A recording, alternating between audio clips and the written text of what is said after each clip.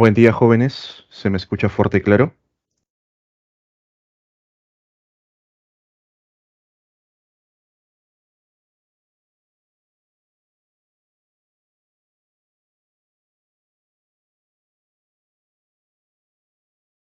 Buen día, jóvenes. ¿Me confirman, por favor, si se me escucha fuerte y claro? ¿Todo bien?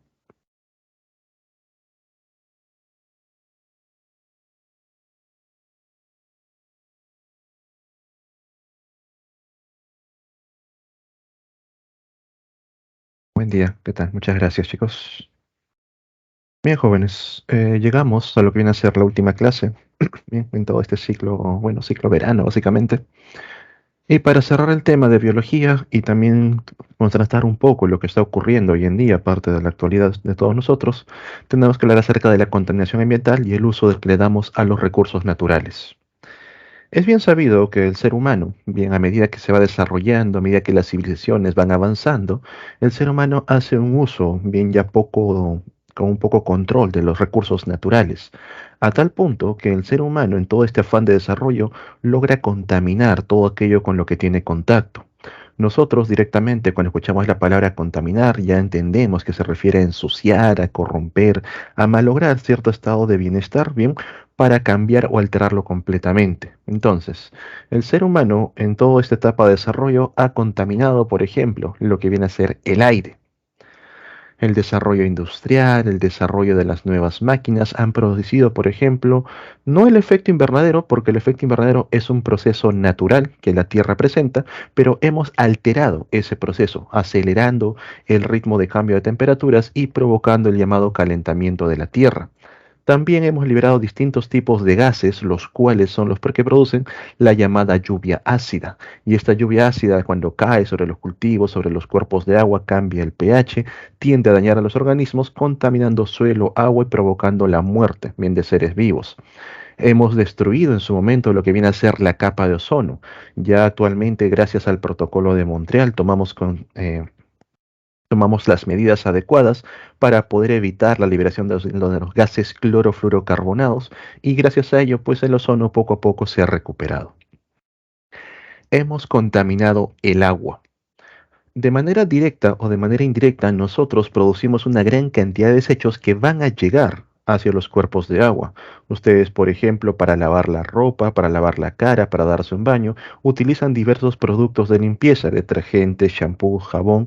Toda esa agua que va directo al desagüe muchas veces desemboca en un cuerpo de agua, en un río, en un lago, una laguna, alterando las condiciones de vida de esta laguna, la cual puede provocar enfermedades en los seres vivos y a la larga, bien, también puede provocar la muerte de estos seres vivos en unos procesos que conocemos como eutrofización. Hemos logrado contaminar lo que viene a ser los suelos, provocando la muerte de los vegetales, bien, dando lugar a procesos de desertificación. Nosotros acumulamos una gran cantidad de basuras, productos químicos, desechos radiactivos. Hemos generado efectos de desertificación por un sobreexceso tanto de pastoreo como por ejemplo de cultivos. Forzamos tanto el suelo a que nos brinde gran cantidad de plantas, aplicamos pesticidas, fertilizantes, entre otros, y al final pues el suelo ya no puede servir para nuevos cultivos. Y poco a poco una gran cantidad de áreas están quedando, digamos, libres de plantas y el único uso que le dan pues ya que no se puede utilizar para los seres vivos, bien, para construcción. Bien. Señores, todo esto está alterando el clima del planeta. Directamente esta alteración, bien mejor dicho, estos cambios, ya se tenía cierta idea de lo que iba a pasar allá por los años 80, se asentó mucho más en los años 90 y a partir del año 2000, por ejemplo, ya se cambió lo que viene a ser la era. Nosotros nos desarrollamos, el ser humano como tal aparece en una era conocida como el Holoceno, pero debido a todo el cambio que ha generado el ser humano en el ambiente, hemos cambiado a una nueva era desde el año 2000-2001 a una conocida como el Antropoceno, la edad del hombre caracterizado por el cambio climático. A nivel terrestre somos muy conscientes que hemos aumentado los gases contaminantes y estos gases contaminantes están teniendo consecuencias por diversas partes del mundo. Que no se les haga raro que día a día, chicos, hoy más que antes, bien, todos los días nos aparezca un nuevo desastre. En tal país está ocurriendo una avalancha, otro país tiene presencia de sequías, por ahí hay inundaciones y tenemos, digamos, los desastres como que combinados. Por un lado, Bien, tenemos tanto frío que se empieza a llenar de avalanchas, cae una gran cantidad de nieve que tapa muchas ciudades, mientras que por otro lado tenemos zonas desérticas, demasiado calor, explosiones volcánicas que se han hecho más frecuentes. Bien, simplemente en este último año hemos tenido como 5 o 6 activaciones volcánicas muy importantes, bosques que se paran incendiando por altas temperaturas, bien, una madera muy seca que rápidamente puede combustionar, y también los temas de inundaciones, como por ejemplo lo que está pasando ahora en Brasil en estas últimas semanas, están padeciendo de fuertes inundaciones en sí. Todo esto, chicos, es consecuencia directa del ser humano, no es nada, digamos, son eventos naturales, correcto, pero el ser humano ha hecho que estos eventos sean más propensos de poder pasar. Bien. Entonces, jóvenes, muy aparte de lo que viene a ser el aire, el agua y el suelo, que son cosas con lo que nosotros tenemos un contacto más directo, por ejemplo, la carrera espacial que tiene el ser humano para poner una gran cantidad de satélites y otros objetos en órbita, también ha generado contaminación. Quizás más adelante, en los próximos años, se estudie cuáles son las implicancias de estos nuevos contaminantes. Muchos pueden observar, por ejemplo, durante las noches un cielo despejado, quizás por ahí las estrellas, pero muchos de ellos realmente no son estrellas, son residuos de satélites que ya no están funcionando, basura que se ha dejado en el espacio, pues que el ser humano simplemente no lo recoge por temas de costos. ¿Qué nos pasará más adelante cuando podamos llegar a otros planetas? Quizás llevemos esta misma contaminación a nuevos lugares. Bien, entonces, jóvenes, empecemos por la parte del aire, la parte atmosférica. Efecto invernadero y calentamiento global.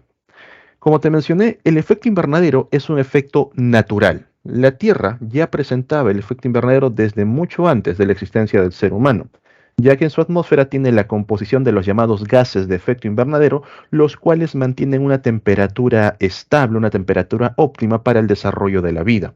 Estos gases de efecto invernadero vienen a ser cuatro principales. Tenemos, aquí no está señalado, tenemos al vapor de agua, también es un gas de efecto invernadero por si acaso, el vapor de agua bajo la forma de gas, el CO2 o dióxido de carbono, que es uno de los más conocidos, el metano, que es 4 veces más peligroso que el CO2, y los compuestos nitrogenados, entre otros. Bien, el óxido nitroso, el NO2, el NO3, hay, todos ellos. Bien. Entonces, estos son los cuatro principales gases de efecto invernadero: vapor de agua, CO2, metano y compuestos nitrogenados. ¿Qué ocurre con estos gases cuando reciben calor?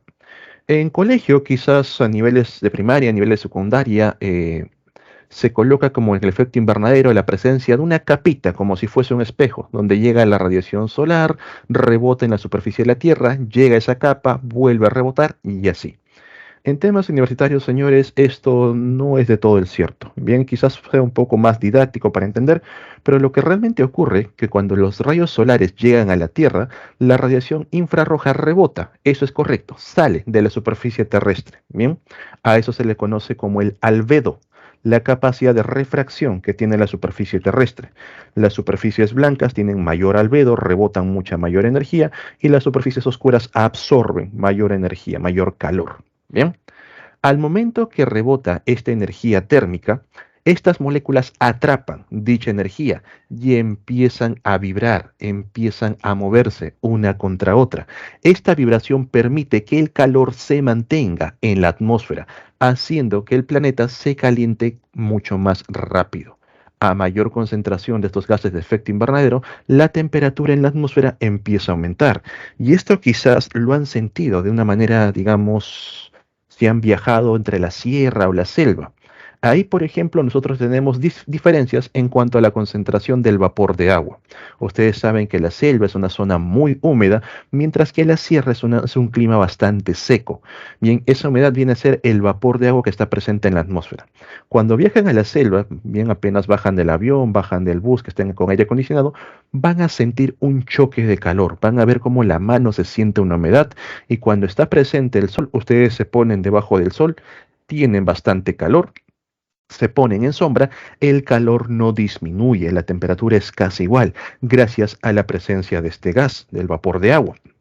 El calor se puede distribuir de manera pareja porque la molécula se encuentra en vibración y pasa esa vibración a otra molécula y así mantiene el calor en la atmósfera. En cambio, cuando viajan a la sierra, una zona de altura, un clima seco, al momento que se ponen bajo el sol, ahí se empiezan a calentar porque directamente su propio cuerpo está recibiendo el calor, pero si se colocan en sombra se empiezan a congelar, se empiezan a enfriar, ya que no hay moléculas de vapor de agua que puedan mantener este calor en la atmósfera. Por eso que ustedes sienten ese cambio brusco en los climas secos. Esa es una demostración de lo que ocurre con estos gases de efecto invernadero para retener el calor en la atmósfera. ¿Y cómo empieza todo este proceso para convertir el efecto invernadero en el llamado calentamiento global? Inicia directamente, se conoce con la revolución industrial, cuando el ser humano diseñó estos nuevos aparatos, las llamadas máquinas a vapor, las cuales mediante la presión de agua podían mover turbinas, podían mover maquinaria, pues inició una era nueva en las que utilizábamos los combustibles llamados fósiles, el carbón, el petróleo, el gas natural, para poder calentar agua hasta el punto de ebullición, generar altas presiones y activar toda la maquinaria. Fue tan revolucionario este método que reemplazó rápidamente a otro tipo de obtención de energía antes de ello. Profe, ¿qué había antes de eso? Utilizaban la energía hidráulica, bien grandes molinos, grandes ruedas en los ríos que permitían activar las maquinarias. Pero bueno, llegó la revolución industrial, inició todo este proceso y junto con ello vamos a ver que ocurre una alta liberación de gases de efecto invernadero a la atmósfera. Dos principales, el vapor de agua y el dióxido de carbono, producto de la combustión. ¿Por qué no se habla mucho del vapor de agua y se enfatiza más en el CO2? Bien, básicamente se sataniza el CO2 como el responsable directo del efecto del cambio climático. Eso se debe a que el vapor de agua es un gas de efecto invernadero que se autorregula. Al momento que tenemos demasiado vapor de agua, el propio vapor de agua empieza a precipitar y disminuye. ¿Cómo así? Por ejemplo, estamos en un día muy caluroso, bien, hace demasiado calor, entonces las superficies oceánicas empiezan a calentarse y rápidamente el agua líquida pasa al estado de gas, se convierte en vapor de agua. Sigue aumentando la temperatura, hay más vapor de agua, pero ya ahora es tanto el vapor de agua que empiezan a formarse nubes. Estas nubes, como la parte superficial es blanca, mantienen un alto albedo, permitiendo que la luz que está llegando pueda reflejarse, pueda refractarse, y gracias a eso lo que está por debajo se empieza a enfriar y ahí empiezan las lluvias. Por eso que el vapor de agua se autorregula. Por más vapor de agua que estamos liberando, este tranquilamente vuelve a precipitar. Eso no ocurre con el CO2. El CO2 es un gas inodoro. Bien, no tiene olor, es un gas incoloro, tampoco presenta coloración. Profe, pero cuando yo voy por las ciudades contaminadas, por ejemplo, allá por Lima, los carros botan un humo negro, ¿eso no es CO2? Hay presencia de CO2, pero lo del color negro se debe a partículas de hollín, partículas de carbono, bien, entre otras, las cuales le dan esas tonalidades oscuras, negruzcas. Bien, el CO2 de por sí no tiene coloración alguna, no tiene olor alguno, y es por eso que también no le prestamos mucha importancia, ya que no lo vemos, pues parece que no estuviese con nosotros.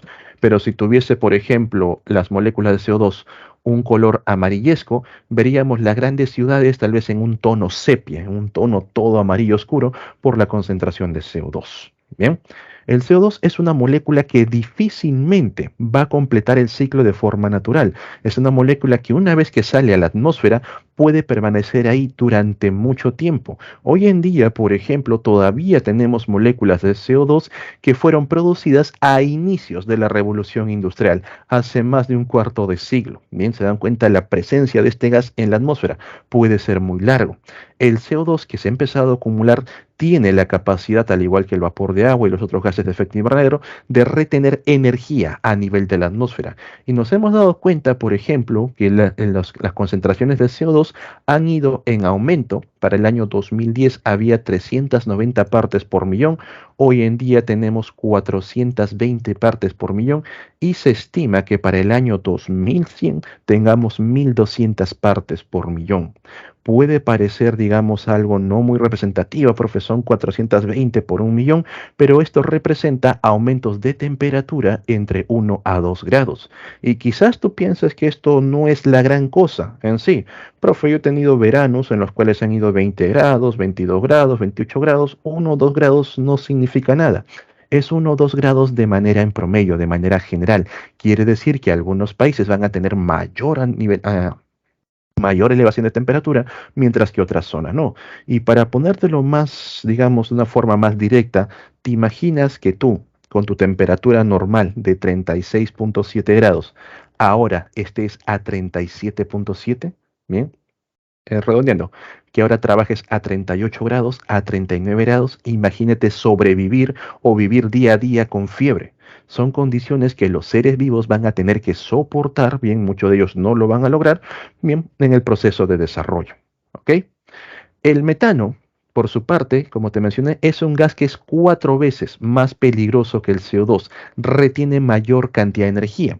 Para suerte de nosotros, el metano no es un gas muy abundante en la atmósfera, pero corremos el riesgo de que poco a poco también vaya aumentando hasta llegar a niveles ya muy significativos que puedan causar daño.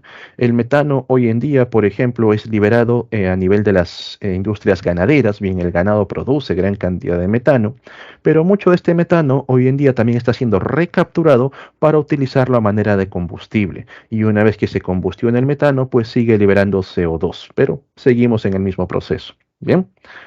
Entonces, jóvenes, recordad, el efecto invernadero es un efecto natural. La Tierra siempre lo ha presentado, mantiene una temperatura estable. Solamente que nosotros hemos alterado la composición de los gases de efecto invernadero y hemos generado el llamado calentamiento global. Consecuencias que tiene el calentamiento global. Directamente, el aumento de temperatura genera un derretimiento a nivel de los polos.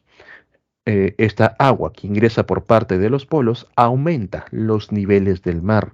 Al momento que los niveles del mar empiezan a aumentar, no va a haber mucha agua a nivel de a nivel de los glaciares, también de los picos que se empiezan a derretir, lo que genera que en temporadas normales, donde el río estaba bastante caudaloso, bastante cargado, ahora sea un río muy débil, con poco caudal, generando sequías y desertificación en muchas zonas. Bien, a su vez las aguas calientes van a permitir mayor aparición de tormentas tropicales, huracanes, entre otros. Bien es sabido que el año pasado, incluso en el 2021, aparecieron una gran cantidad de huracanes, tormentas tropicales, tifones, entre otros, al punto en que ya no podíamos, digamos, nombrarlos normalmente con los nombres que se le ponía, sino que tuvimos que usar una serie de códigos porque ya escapaban de en sí del alfabeto.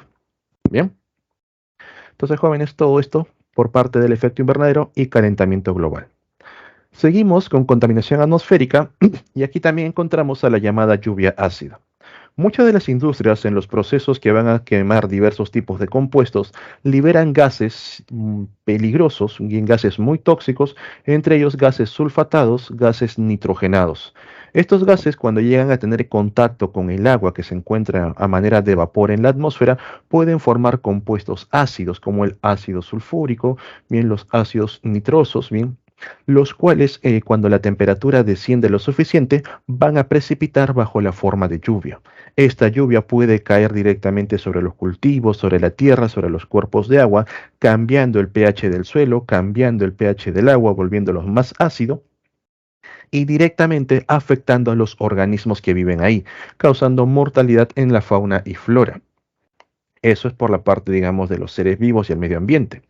En las infraestructuras humanas también ustedes van a poder notar la destrucción de estas construcciones. Quizás no lo notes porque cuando hablamos de una acidez muchos piensan en una acidez como el limón, una acidez como el ácido muriático. No es ese tipo de acidez. Te puede caer esa lluvia ácida y quizás no lo notas o a lo mucho una pequeña irritación. Pero ¿cómo sabes que tu ciudad o el lugar donde vives tiene presencia de lluvia ácida? Al observar, por ejemplo, las estructuras de granito, las estructuras que están hechas de concreto. Vas a notar cómo se vuelve medio poroso, se empieza a desgastar. Esto es efecto de lluvia ácida. O por ejemplo, si por ahí en alguna plaza observas estas estructuras hechas de bronce, estas estatuas de bronce, que ya tienen un color medio verdoso, medio azulado.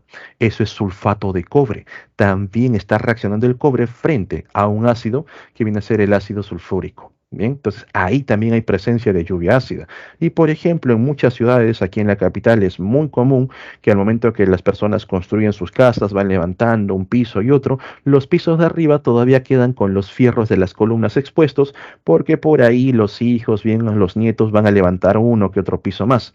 A través de esos fierros que quedan expuestos, puede penetrar esta lluvia ácida, empezar a descender por los fierros y va a reaccionar con el propio metal, haciendo que el metal se expanda expanda, bien se empieza a oxidar, genera una capa de óxido, se expanda y se debilite.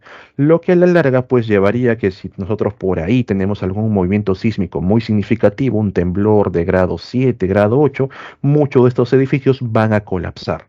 Entonces, jóvenes, estar atentos si ustedes en el lugar donde viven, en la zona donde residen, hay presencia de estas lluvias ácidas. Bien, ya directamente las construcciones van a estar en riesgo.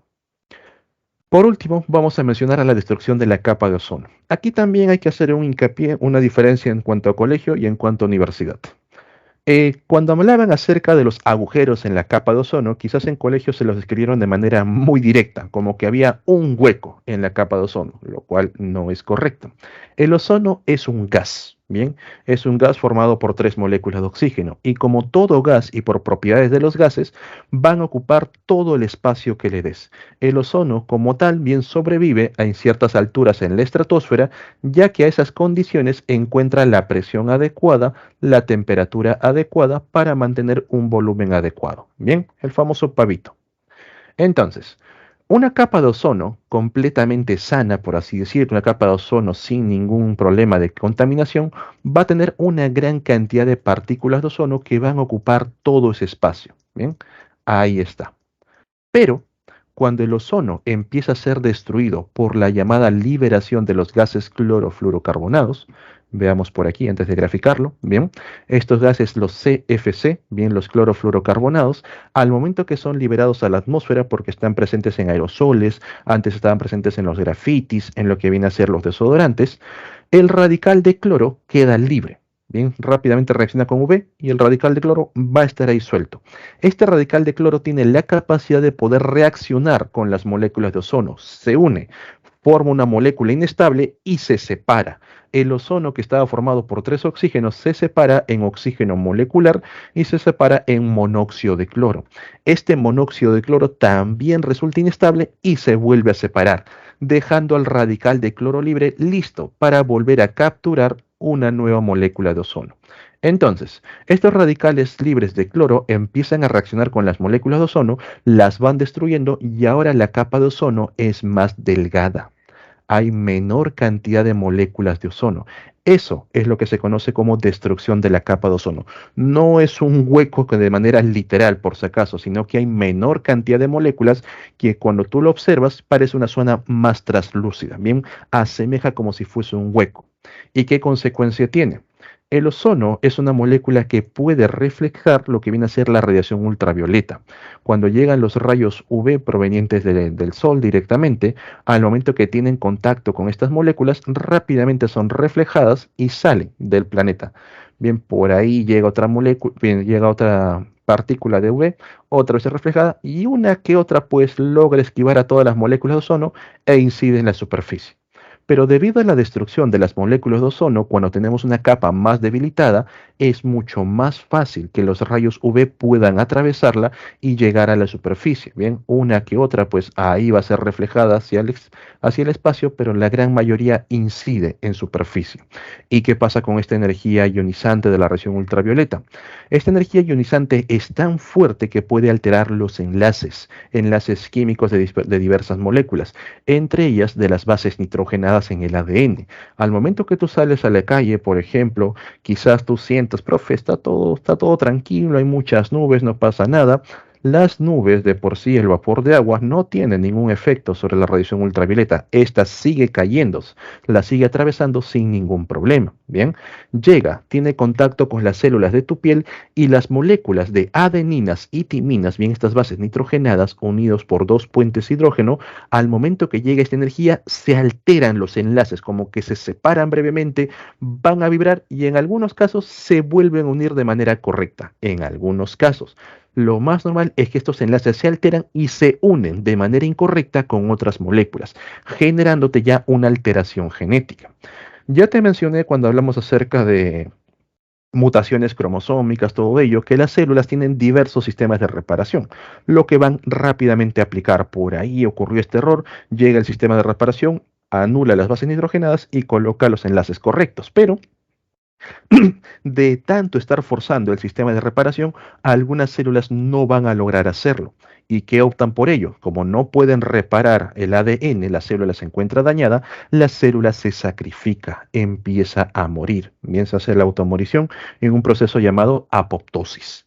Que no se les haga raro que las personas que trabajan expuestos al sol, ustedes han visto, por ejemplo, los taxistas, los obreros de construcción, directamente los taxistas, van a notar que uno de los brazos siempre está expuesto al sol. Y si lo comparas con el otro brazo, ese brazo está más arrugado, está más envejecido, tiene presencia incluso de manchas, los cuales son células pues que lograron sobrevivir, pero están ligeramente alteradas. Bien, entonces ahí te está demostrando que muchas de las células pues simplemente se sacrificaron y aceleran el proceso de envejecimiento.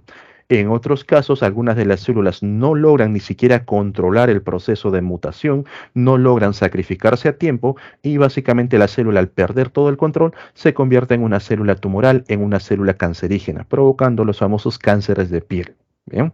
Productos directos de lo que viene a ser la radiación ultravioleta, tenemos quemaduras más severas por parte del sol que avejentan, que lo vuelven más viejo a la piel. ¿No les ha pasado que alguna vez han ido a la playa en un día que está completamente nublado y aún así se han quemado? Bien, han estado ahí en la playa, luego llegas a tu casa y tu brazo está rojito, tu cara está rojita, profe, pero hacía frío, no había mucha, estaba todo nublado, estaba en sombra prácticamente. ¿Qué pasó? Te has quemado por radiación ultravioleta. Bien, ha generado todo ese tipo de energía.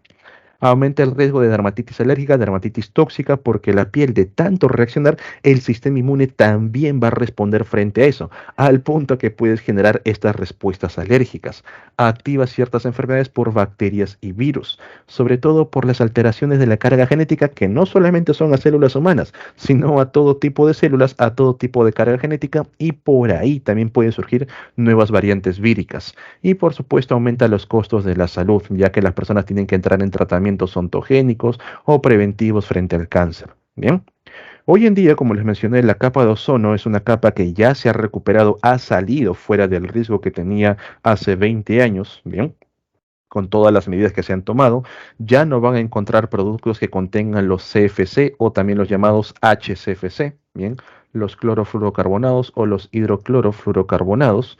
Bien, quizás por ahí en productos antiguos que pueden encontrar, sobre todo productos en aerosol de belleza, haya todavía presencia de CFC, perdón. Si ustedes, por ejemplo, tienen desodorantes en aerosol, buscan la latita, van a ver muy claro un símbolo que dice ahí, bien, libre de CFCs, para evitar la destrucción de la capa de ozono. Aún así, la zona de Sudamérica es una zona donde la capa de ozono igualmente es muy delgada y estamos expuestos a una alta radiación ultravioleta.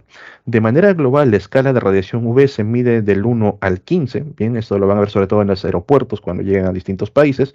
La escala para Perú siempre se marca como 15 más, una radiación ultravioleta extremo. Entonces, jóvenes, no se expongan mucho a la luz directa, traten de permanecer en sombra, traten de permanecer bajo concreto, que también ayuda a absorber radiación ultravioleta, y si van a estar saliendo por ahí de un punto a otro, pónganse el bloqueador solar. Quizás le moleste un poco la textura grasosa que todo ello tiene, pero créeme que es más molesto hacer colas en salud esperando ser atendido por temas cancerígenos, por temas oncológicos a temprana edad. Bien. Ok, entonces esto es lo que nosotros tenemos a nivel de contaminación atmosférica. ¿Tienen alguna duda, alguna consulta?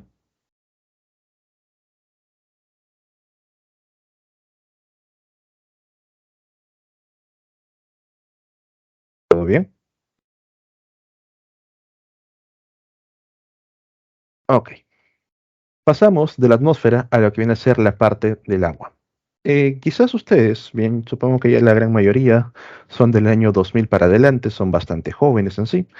No han visto o no han gozado cerca de ríos naturales o ríos en estados todavía prístinos, bien, no contaminados.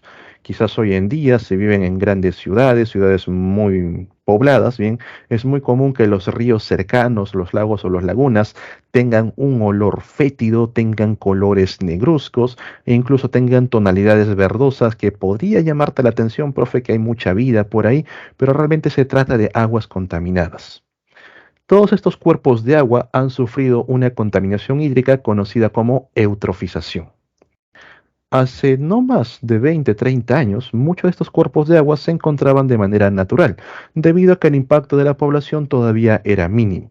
Un cuerpo de agua en estado natural va a presentar tanto plantas en la superficie, bien, la presencia de algas, plantas en sí, y también plantas en los fondos. ¿Y cómo es que estas plantas de los fondos pueden vivir? Ya que la luz puede penetrar. No tienen ningún problema en poder llegar hasta los fondos. Al momento que la luz llega a los fondos, estas plantas de fondo pueden realizar fotosíntesis, pueden sobrevivir y producto de la fotosíntesis van liberando moléculas de oxígeno, lo que permite oxigenar el agua. Gracias a esta liberación de moléculas de oxígeno, los organismos, los animales pueden vivir hacia la superficie, en la parte media, en las profundidades. Por supuesto que estos organismos se van a comer entre sí, muchos restos van a caer en el fondo y ahí también vamos a encontrar bacterias que gracias también a la presencia de oxígeno pueden descomponer estos restos en moléculas no tan dañinas, no tan tóxicas, bacterias oxigénicas. Bien, entonces hasta ahí todo normal, es un ambiente completamente natural. ¿Cómo inicia un proceso de eutrofización? Cuando llega el ser humano y empieza a poblar las zonas cercanas a los cuerpos de agua, el ser humano genera una gran cantidad de desechos. Ustedes, por ejemplo, de manera personal, a la semana, ¿cuántas veces lavan ropa? A la semana, ¿cuántas veces usan, por ejemplo, detergente, usan jabón, bien, para poder lavarse ustedes, lavar la ropa? Todos esos compuestos de una u otra manera están llegando a los cuerpos de agua. Bien, profe, coloqué mi lavadora, le eché un poquito de detergente, generaste espuma, la basa, se enjuagó normal, pero todo ese desecho pasa al desagüe y posiblemente desemboque en un río, desemboque en el lago o directamente en los océanos. Estos desechos en sí son aporte de nutrientes, son compuestos que son ricos tanto en nitrógeno como en fósforo. Y ya en la clase anterior, cuando vimos ciclos biogeoquímicos, les mencioné que el fósforo, sobre todo, es un limitante para las plantas. A las plantas les encanta mucho el fósforo. Entonces, cuando llegan estos aportes de nitrógeno y fósforo a los cuerpos de agua, las plantas, sobre todo las superficiales, son las que más lo aprovechan. Ellos tienen contacto directo. Bien, rápidamente capturan el nitrógeno y el fósforo y empiezan a crecer sin control. Producción de fitoplancton, algas y plantas. Bien, van a crecer sin control. Van a generar una capa en la parte superficial, una capa de plantas o una capa verdosa que parece una mucosidad, que lo ven por aquí. A esto se le conoce como un bloom algal. Un bloom. ¿Bien? Esta capa de algas que se va generando sin control va a impedir que la luz pueda penetrar. Mucha de la luz queda de manera superficial, no logra llegar a mucha profundidad, ya que aumenta la turbidez del agua. Al no llegar a las partes profundas, las plantas de fondo simplemente no están, no se pueden desarrollar. Entonces disminuye la penetración solar, mueren las plantas que se encuentran al fondo y al no haber plantas de fondo no liberan oxígeno, con lo cual el oxígeno disuelto en el agua empieza a disminuir. Los organismos ya no pueden sobrevivir a ciertas profundidades porque no hay suficiente oxígeno, van hacia la parte superficial, pero son tantos que inicia una competencia muy fuerte donde muchos de ellos pues no van a lograr sobrevivir, se altera toda la cadena trófica, se altera todo el ciclo del ecosistema. Todos estos organismos que poco a poco van muriendo van a los fondos y ahí las bacterias inician la descomposición de esta materia. Bien, mueren los organismos, se descompone la materia orgánica, pero no de una manera, digamos, natural, porque en esta primera parte había bacterias oxigénicas, bacterias que utilizaban el oxígeno para descomponer la materia. En este caso, al no haber presencia de oxígeno, encontramos bacterias anoxigénicas, las cuales pueden producir sulfuros, pueden producir metano, entre otros gases que siguen contaminando los cuerpos de agua. Nos damos cuenta cómo es que un simple aporte de nutrientes, bien de lo que viene a ser nitrógeno y fósforo, desencadena todo este cambio y toda esta alteración en los cuerpos de agua, cambiando de un ambiente natural a un ambiente eutrofizado. ¿Sí? Y esto, chicos, es algo que van a ver en los ríos, en los lagos, lagunas, en las playas cerca a las ciudades. Van a notar esta coloración verdosa, estos malos olores, no sé si han sentido ese olor de huevo podrido, que son compuestos sulfurados propios de las bacterias que están ahí presentes, que al no tener oxígeno, pues recurren a otros procesos químicos. Bien, ¿qué hacer frente a ello? Pues de manera general tendría que haber un mejor tratamiento de las aguas residuales que se producen en las ciudades. No tienen que desembocar directamente en los ríos, en los lagos, sino que previamente tienen que ser tratadas, regresadas a condiciones normales para luego ya pues mandarlo directamente a los ríos y lagos, evitando este ingreso sin control de los nutrientes. A muchos quizás les pueda parecer que aquí hay mayor cantidad de vida, pero a la larga estas algas son tantas que generan una competencia muy fuerte también entre sí y todas terminan muriendo, con lo que al final obtenemos cuerpos de agua completamente cristalinos, completamente transparentes, libres de vida. Quizás a lo mucho haya bacterias que han logrado sobrevivir. Te puede parecer un cuerpo no contaminado, un cuerpo natural, pero realmente no lo es. Y ten mucho cuidado cuando estás de viaje, estás por ahí en alguna provincia, si tú observas agua completamente traslúcida, bien, donde no hay nada, ni siquiera hay plantas alrededor, no la bebas. Puede que sea un cuerpo de agua que ha pasado por un proceso de eutrofización o un cuerpo de agua que tenga contaminantes metales pesados, metales tóxicos, por eso que la vida no sobrevive. Bien, ten mucho cuidado. Bien, jóvenes, esto respecto a la contaminación hídrica. ¿Alguna duda, alguna consulta?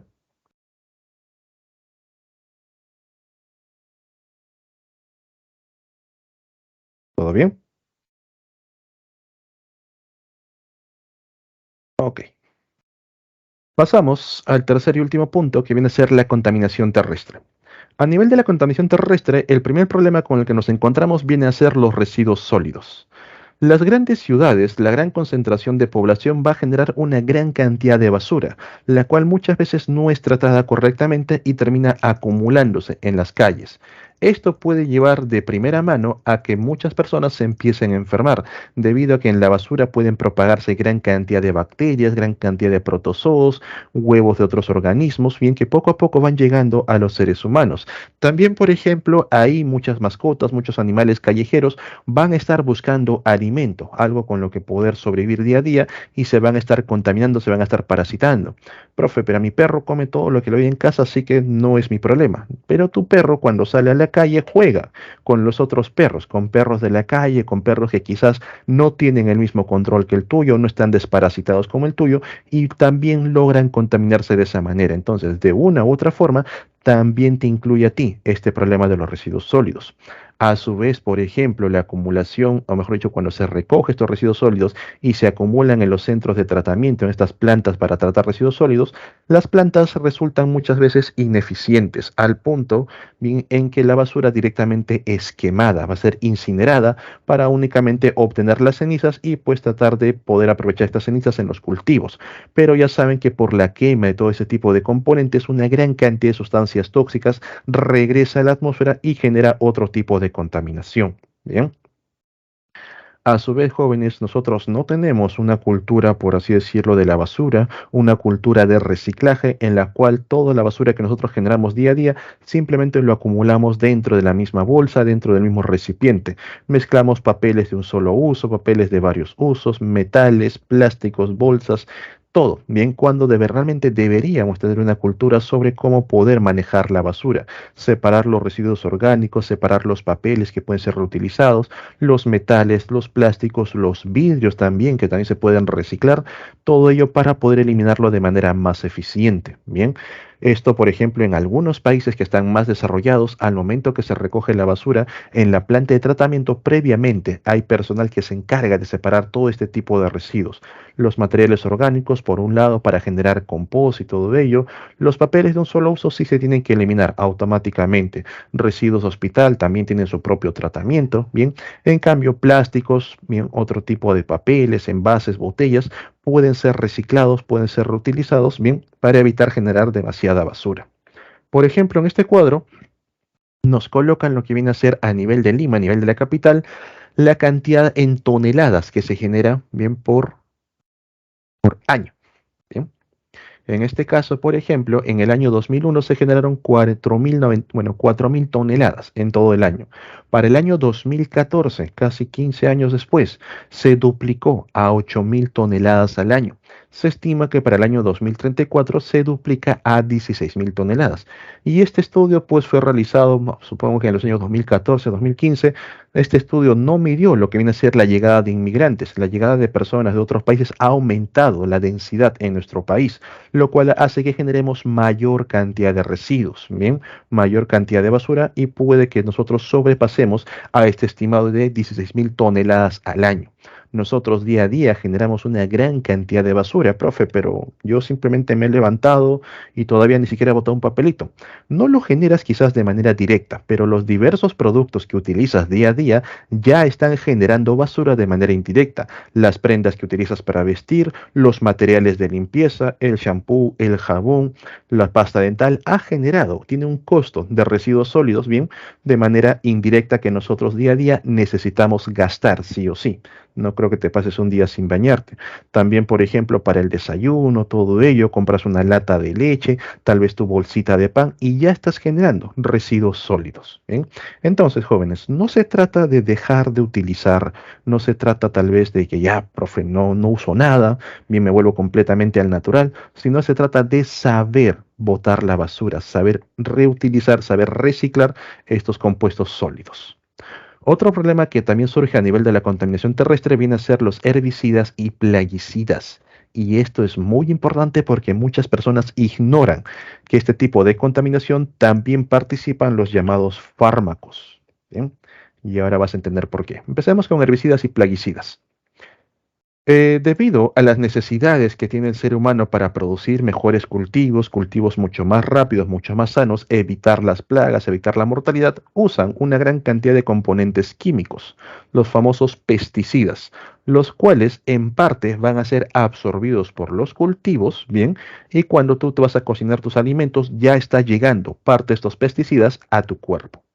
También muchos de los pesticidas caen en los suelos y empiezan a ser absorbidos bien por los suelos y también las aguas que están por debajo. Aquí ocurre una degradación por parte de las bacterias que van a tratar de transformar estos herbicidas o pesticidas y pueden generar nuevos compuestos que también en algunos casos resultan tóxicos y ya están por debajo del suelo. A su vez, estos herbicidas y plaguicidas muchas veces no son específicos, matando a su paso a organismos que no deberían, como el caso, por ejemplo, de las mariquitas, las cuales no hacen daño a las plantas, al contrario, son grandes controladores. Las mariquitas mantienen a raya los pulgones, que sí hacen daño a las plantas, o matando, por ejemplo, a las abejas, las cuales sirven para poder polinizar los cultivos. Bien, entonces por ahí también ya estás generando daño al medio ambiente. Cuando estos compuestos llegan por debajo del suelo, por ahí encontramos agua que fluye, la llamada escorrentía, y por filtración llega finalmente a los cuerpos de agua. Bien, estos plaguicidas, herbicidas pueden también llegar a los ríos y los ríos finalmente desembocan en un lago, laguna o en los océanos.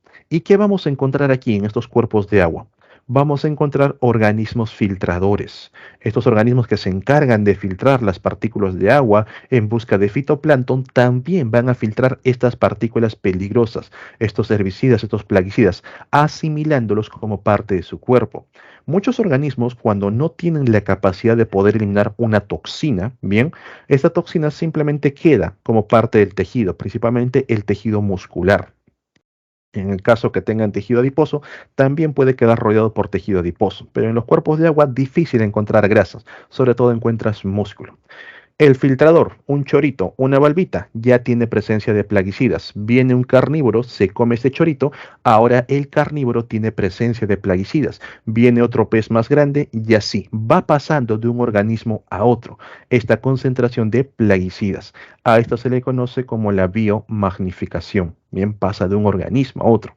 ¿Y qué ocurre finalmente, por ejemplo, con los más grandes que vienen a ser los peces? Nosotros día a día consumimos de manera directa o indirecta los peces. Quizás tú puedes decir, profe, entonces dejo de comer peces, ya no como nada que provenga del mar, no como atún, no como pescado, ni choritos, ni cangrejo, ni nada. Eso no te salva, ya que de lo que se captura, ni en la cantidad de peces que se captura, solamente el 10% va a consumo humano directo, como enlatado, como alimento directo. El 90% se convierte en aceite y en harina de pescado. Y esa harina de pescado lo utilizan para alimentar aves de corral, alimentar animales de granja. En esta harina de pescado puede haber presencia también de los herbicidas, de los contaminantes, los cuales ahora van a estar presentes en el pollo, en la res, en el porcino y finalmente van a llegar a tu plato. Bien, y si por ahí tú piensas, profe, bueno, entonces tampoco consumo carne, me vuelvo completamente vegano. Ya sabes que muchas plantas son cultivadas con herbicidas y plaguicidas. No, no, profe, yo voy a buscar plantas que sean cultivados al natural, con estiércol, con fertilizantes naturales. Estos animales, las reses, por ejemplo, cuando comen la harina de pescado contaminada, al momento que van a hacer sus necesidades, también parte de los contaminantes van a estar en el llamado estiércol, en este fertilizante, y de esa manera vuelve a regresar a los cultivos. Y las plantas no tienen sistema excretor, no tienen manera alguna de poder eliminar estos desechos, entonces de una u otra manera regresa a tu comida, regresa a tu cuerpo. Esto, por ejemplo, ocurre también a nivel de los microplásticos. Esa botellita de plástico, esa bolsa que un día botaste sin tener mucho cuidado, ha llegado a los océanos. Ahí ha pasado un buen tiempo, poco a poco se ha ido degradando, no es la palabra, porque no se convierte, sino que se ha hecho en partículas más pequeñas, pero sigue siendo plástico, al punto que son tan pequeñas que los organismos filtradores lo atraparon. Y ya sabes cómo va el resto de la historia. Llega el filtrador, llega el pez, otro pez, harina de pescado, alimento para aves, alimento para res, estiércol de res, las plantas y lo mismo. Esto también ha ocurrido con los llamados microplásticos. Muchos de nosotros no lo sabemos, todavía no somos muy conscientes, pero ya tenemos plásticos en nuestro interior. Se ha encontrado incluso microplásticos dentro de la placenta de una mujer embarazada. Un niño que ni siquiera había nacido ya está contaminado por microplásticos. Y lo mismo ocurre con los fármacos. Por ejemplo, en las señoritas es muy común cuando tienen problemas hormonales, cuando tienen problemas con la menstruación, que se les recete una serie de fármacos que principalmente son hormonas. Al momento que tú consumes un fármaco, y recordando un poco la clase que vimos acerca de los riñones, tú sabes que los riñones eliminan los fármacos en exceso. A esto se le conoce como los metabolitos activos. Entonces yo consumo una pastilla, consumo un fármaco, bien va a actuar en mi cuerpo una parte del fármaco, pero el resto del fármaco lo elimino a través de la orina. Esa orina llega por el desagüe a los cuerpos de agua y va directamente hacia los océanos, hacia los lagos, lagunas. Y otra vez se reinicia todo el ciclo. Llegan los filtradores, atrapan estos metabolitos, pasa a un pez, pasa a otro y regresa a tu plato. Y la persona está reabsorbiendo metabolitos que quizás no necesite. Imagínate que ustedes, varones, estén consumiendo hormonas que están recetadas para problemas de menstruación, para problemas de ovarios poliquísticos. Bien, las mujeres tampoco se salvan porque cuando ustedes consumen este tipo de hormonas en dosis no adecuadas, puede alterar su ciclo que estaba de manera normal. Otro proceso, por ejemplo, que también da miedo son estas personas que utilizan estos fármacos, por ejemplo, para problemas neuronales, las benzapinas, ¿bien? Las dopaminas, el diazepam, todo ello. Su cuerpo sigue eliminando los metabolitos que no ha utilizado, llegan a los cuerpos de aguas y regresa a una persona sana, que realmente no lo necesita, pero poco a poco su cuerpo lo está acumulando. Bien, entonces tenemos un gran problema en cuanto a la contaminación terrestre con el uso de estos productos químicos, ya que no hay un control adecuado de cuánto estos productos químicos van a estar presentes en el ambiente. Muchos de ellos difícilmente se van a degradar, se van a evaporar o van a cambiar a otro compuesto no dañino. Bien, y sí o sí, pues va a regresar a tu plato, va a regresar a tu cuerpo. El ser humano, de manera indirecta, se contamina a sí mismo. Por último, tenemos los llamados metales pesados y radiactivos. Estos metales pesados o radiactivos están presentes en los suelos de forma natural, pero muchas veces están, digamos, a niveles muy profundos, donde los seres vivos casi no tienen contacto. Pero por efectos de lo que viene a ser la minería, por efectos industriales, sacamos estas tierras de profundidad ricos en otros metales de interés y utilizamos agua, por ejemplo, para poder lavar estas tierras, separar los metales que queremos de los metales que no queremos. Y estas aguas residuales, si no reciben el tratamiento adecuado, muchas empresas sin escrúpulos lo regresan directamente al río o al lago de donde lo han sacado. Es ahí donde tú observas la presencia de unos colores cobrizos, unos colores de óxido en el borde de los ríos o en los suelos donde ha pasado este tipo de agua. Ten mucho cuidado con estas aguas, señores. Por ejemplo, de manera personal, yo he visto cuando he viajado hacia lo que viene a ser el Huascarán, bien hacia la reserva, que justo el bus de turismo hizo una pausa en una zona donde había un montón de puyas y ahí había como una especie de manantial. Bien, algo que observé directamente es que las piedras que estaban rodeando el manantial y muy aparte de las plantas tenían ese color cobrizo en la superficie, que no es natural. Y para sorpresa, pues mucha gente empezó a sacar agua, se lavaba la cara, bebía esta agua, se llevaban botellas de esta agua por la simple idea de creer que es algo natural. Y bueno, natural es, pero está contaminado. Bien, entonces evitar tener contacto con este tipo de suelos sin, digamos, saber de antemano a qué se debe esta presencia de óxidos en su superficie. Lo mismo ocurre con la presencia de toxinas. Muchos plaguicidas van a dejar residuos muy fuertes o incluso, por ejemplo, las industrias que utilizan la energía nuclear, estas aguas que van a utilizar para disminuir la temperatura de los materiales radiactivos, muchas veces no son tratadas correctamente y simplemente se liberan en los alrededores, dejando residuos, por ejemplo, plomo proveniente de la minería, cromo, arsénico, residuos químicos, bien, bario, níquel, el cadmio, que es muy peligroso para el cuerpo, el mercurio, que por ejemplo utilizan algunas personas para poder separar el oro, sobre todo en la zona de Madre de Dios, en estos ríos que encontramos por ahí, empiezan a capturar residuos de oro, lo utilizan el mercurio para separarlo correctamente y ya de por sí tienen contacto con el mercurio estos mineros informales, mineros artesanales, que va generando daño en su cuerpo y van a liberar mercurio en los cuerpos de agua, en los cultivos. Este mercurio capturado por algún pez ya llega al ser humano. Bien, entonces la contaminación terrestre también es algo con lo que nosotros debemos lidiar día a día. De por sí, con lo que son las partículas que están presentes en el agua, sobre todo, es muy difícil para en nuestra situación de país en desarrollo, ya que no contamos con plantas de tratamiento adecuados. Tú puedes pensar que el agua que llega por el grifo es un agua completamente potable, no es cierto. Bien, no hay presencia de seres vivos, eso es correcto, tenemos un buen tratamiento contra ellos, pero puede haber presencias de metales pesados, puede haber presencia de metabolitos, ya que nuestras plantas de tratamiento no están diseñados para poder extraer estos compuestos del agua. Y eso también a su vez hace que el agua sea muy barata. Otros países, por ejemplo en Europa, tienen un mejor control en cuanto al agua, tienen la capacidad de poder extraer estos metabolitos activos, extraer estos metales peligrosos, y eso también hace que el agua sea un poco más caro. No sé si alguno de ustedes estaría dispuesto a pagar 12 euros bien por un litro de agua, lo que aquí te costaría normalmente casi como 2 3 soles, nada más. Bien, estarías pagando aproximadamente unos 50 soles por agua mucho más tratada. ¿Ok? Bien, jóvenes, hasta aquí. ¿Alguna duda, alguna consulta respecto a la contaminación atmosférica, la hídrica, la terrestre?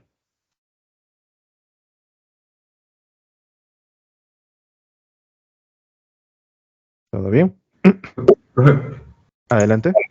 profe, de alguna manera el aumento de la temperatura puede afectar el desplazamiento de placas tectónicas, algo así. No, los aumentos de temperatura no tienen efecto directo sobre las placas tectónicas. Estas son completamente indiferentes a todo ello. Bien, la placa tectónica de por sí tiene efecto directo con lo que viene a ser bueno, la llamada tectónica de placas, que viene a ser el movimiento que tiene el manto interno de la Tierra. Y lo que sí podría afectar, pero no viene en admisión, simplemente te lo digo como cultura general, tiene que ver con la radiación solar, los llamados neutrinos, que son unas moléculas que están siendo estudiadas, las cuales pueden, digamos, acelerar los movimientos en el centro de la Tierra. Y como la corteza es una fina capa, pues se ve influenciada por estos movimientos. Pero el calentamiento global no tiene ese efecto, para nada. ¿Bien? Ok, profe, gracias. Ok, chicos. Bien. Entonces, continuamos. De manera general, ya les he explicado un poco lo que viene a ser el cambio climático, pero hay que evaluar bien lo que vienen a ser las consecuencias. Consecuencia número uno, aumento del nivel del mar. Ustedes saben que el planeta Tierra tiene presente dos polos, ¿cierto? El polo norte, el polo sur. En el polo norte se encuentra el llamado Ártico y en el polo sur el Antártico. La pregunta es, no es para examen, pero es cultura general. ¿Cuál de los polos, al momento que se derrite, aumenta el nivel del mar? ¿O lo hacen ambos?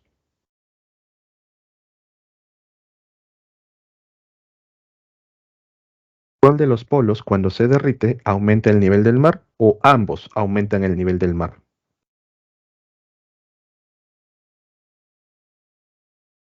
¿Qué dicen?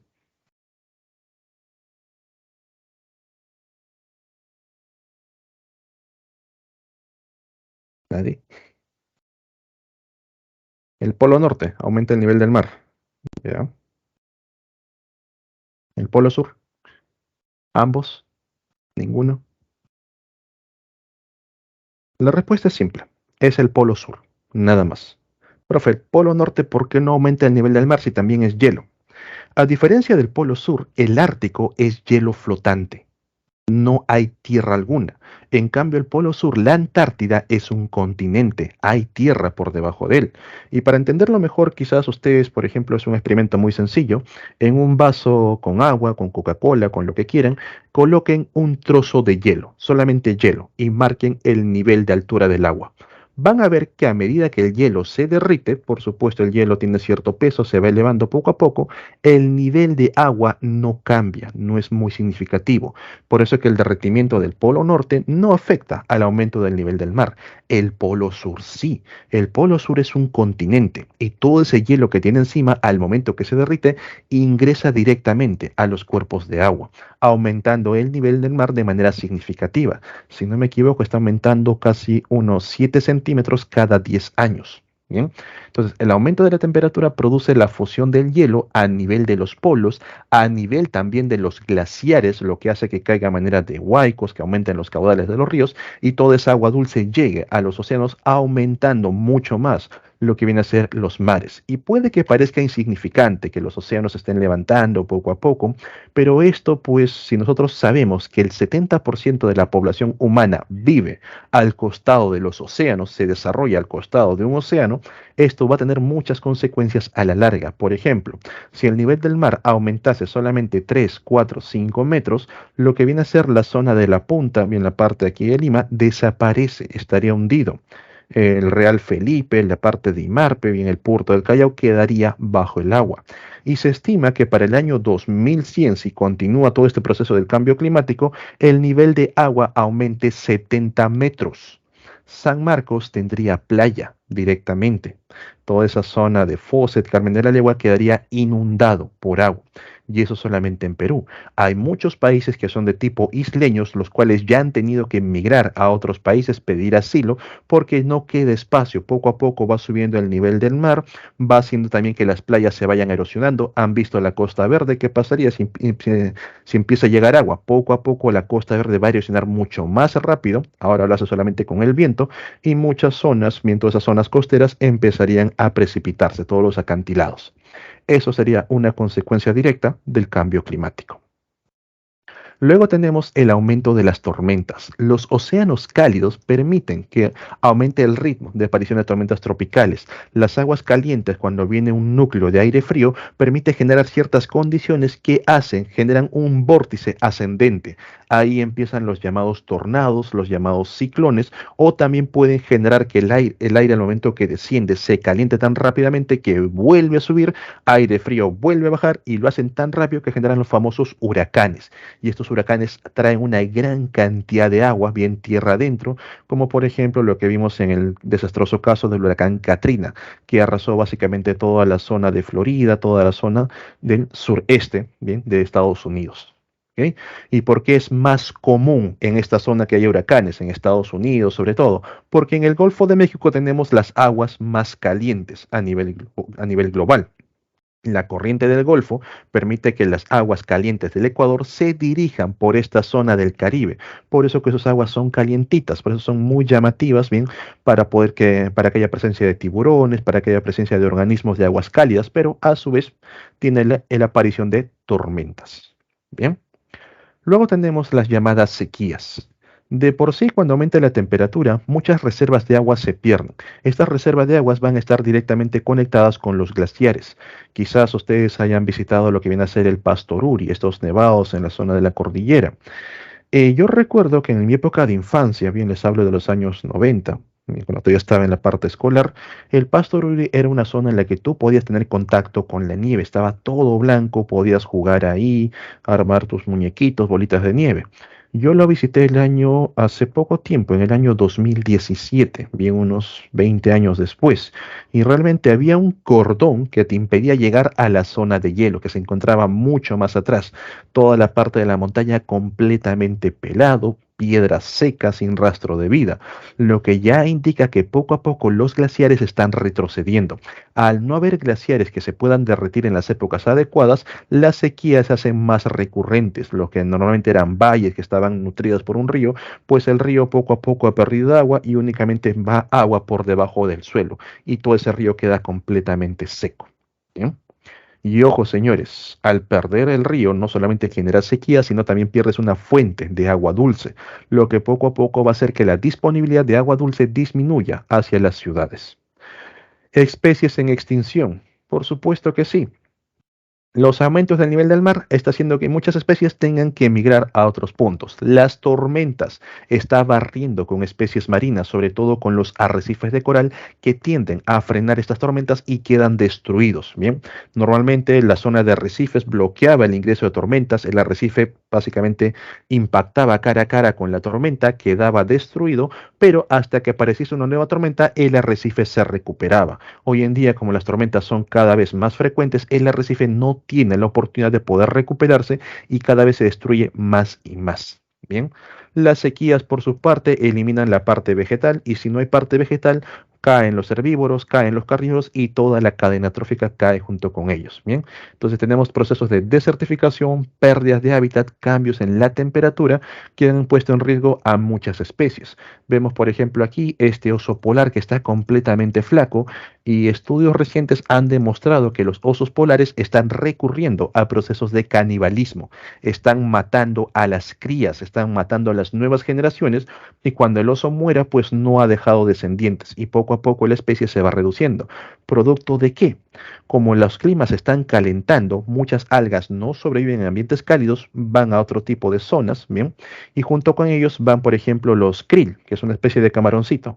Al irse los krill, se van también los peces, junto con los peces se van las focas y los osos ya no pueden encontrar focas de las cuales se alimentaban. Profe, ¿por qué el oso no se va? Porque a diferencia de los anteriores, los osos no son altamente migratorios. Ellos no pueden nadar o trasladarse grandes distancias y se quedan en su zona únicamente a sobrevivir como sea, como puedan. Bien, las otras especies que son altamente migratorias, como que por ahora tienen cierta ventaja para cambiar de un lado al otro, pero va a llegar un punto en que por más que cambien de un lugar a otro, ya no van a encontrar alimento, no van a encontrar las mismas condiciones para poder desarrollarse y pues posteriormente llega la extinción. Luego tenemos lo que viene a ser la mayor aparición de enfermedades. Señores, ¿cuántos de ustedes están vacunados contra la malaria? ¿Cuántos de ustedes saben si en su centro médico cercano hay tratamiento contra la malaria? Quizás lo ignoran, bien, y es algo normal, no están acostumbrados a estar expuestos a la malaria, sobre todo si no viven en zonas de selva, bien, la malaria no está presente en la sierra, no está presente en la costa, bien, pero con lo que viene a ser el cambio climático, con los aumentos de la temperatura, los mosquitos que normalmente estaban, digamos, limitados por el frío, por eso no llegan a altura, por eso no pasan hacia la parte de la costa, los mosquitos de la selva ahora van a poder extender su territorio mucho más, transportando una gran cantidad de enfermedades, entre ellos, por ejemplo, la malaria. Y nosotros ya hemos visto lo que ha pasado antiguamente cuando ha habido temas, epidemias de malaria casi también arrasa con lo que viene a ser Europa, ¿se acuerdan? En las épocas precoloniales, cuando llegaron aquí los colonos, descubrieron el árbol de la quina y también que contiene un compuesto químico, la hidroxicloroquinina, que combate fuertemente a la malaria, pero debido a ese uso que dieron en esa época, sabemos que el árbol de la quina es un árbol que se encuentra en situación vulnerable, que también está en peligro de extinción. ¿Te imaginas que hoy en día se desate una nueva epidemia de malaria? No habría suficiente hidroxicloroquinina para poder tratar todos los casos, donde muchas personas, sobre todo de bajos recursos, de lugares de poco acceso, simplemente moriría. Y esa es una de las enfermedades, nada más. Una gran cantidad de bacterias, de virus también se pueden propagar producto de todo esto. Entonces, ¿qué nos dice por aquí? Las temperaturas más cálidas, las inundaciones y las sequías crearían condiciones para que ratas que transportan gran cantidad de vectores, los mosquitos y otras plagas aumenten, haciendo que las enfermedades sean mucho más frecuentes. ¿Bien? Que no se les haga raro que estos últimos años han salido diversas variantes a niveles víricos, a niveles bacterianos, que tengamos rebrote de ciertas enfermedades como la peste, bien que volvió a aparecer por Mongolia, ciertas enfermedades, bien como, no recuerdo el nuevo nombre que le han dado a este virus que ha aparecido en la zona de África, porque aparte de ser una zona empobrecida, el cambio climático está haciendo que muchos de estos organismos tengan mayor contacto con las poblaciones humanas, transmitiendo más fácilmente las enfermedades. Pues finalmente todo esto conlleva a la destrucción de ecosistemas. Bien, plantas y animales mueren o se trasladan de zonas alterando el equilibrio ecológico. Van a llegar a zonas donde, digamos, tienen las condiciones adecuadas, pero son tantos los que llegan que la zona no puede soportar esa carga. Y pues al poco tiempo la zona también deja de ser habitable y los animales se vuelven a trasladar a otra zona. Chicos, todavía estamos a tiempo de frenar estos procesos de cambio climático. No de revertirlos, que no les engañen, no podemos ir hacia atrás, ya el daño está hecho, pero podemos frenar este avance, podemos todavía darle un respiro a la Tierra. Muchas personas consideran directamente que quizás pues el cambio climático va a eliminar a muchas especies, pero el ser humano con su tecnología logra sobrevivir y todo ello. No es tan sencillo. La tecnología no está hecha para soportar a tanta población, quizás solamente unos pocos. Y de por sí el ser humano, por más que se crea estar a la cabeza de la cadena alimenticia, a la cabeza de la naturaleza, realmente está en la parte más baja. Los organismos top son los que más sufren cualquier evento de extinción, cualquier evento de cambio climático. ¿Bien? Porque el organismo top, por ejemplo, el ser humano, depende de una especie, depende de otra, depende de por aquí, por acá. Esta especie a su vez depende de otras y otras. Bien, el ser humano se encuentra abajo. Esos son los top, son los que dependen de todo y creen estar al control. Si empezamos a eliminar una especie, eliminamos otra, otra, finalmente le quitas todas las cuerdas y el organismo top cae. Algo así como lo que pasó con los dinosaurios, que simplemente un evento de cambio climático extinguió a los top y los organismos más pequeños sobrevivieron. Lo mismo puede pasar con este nuevo evento. Bien,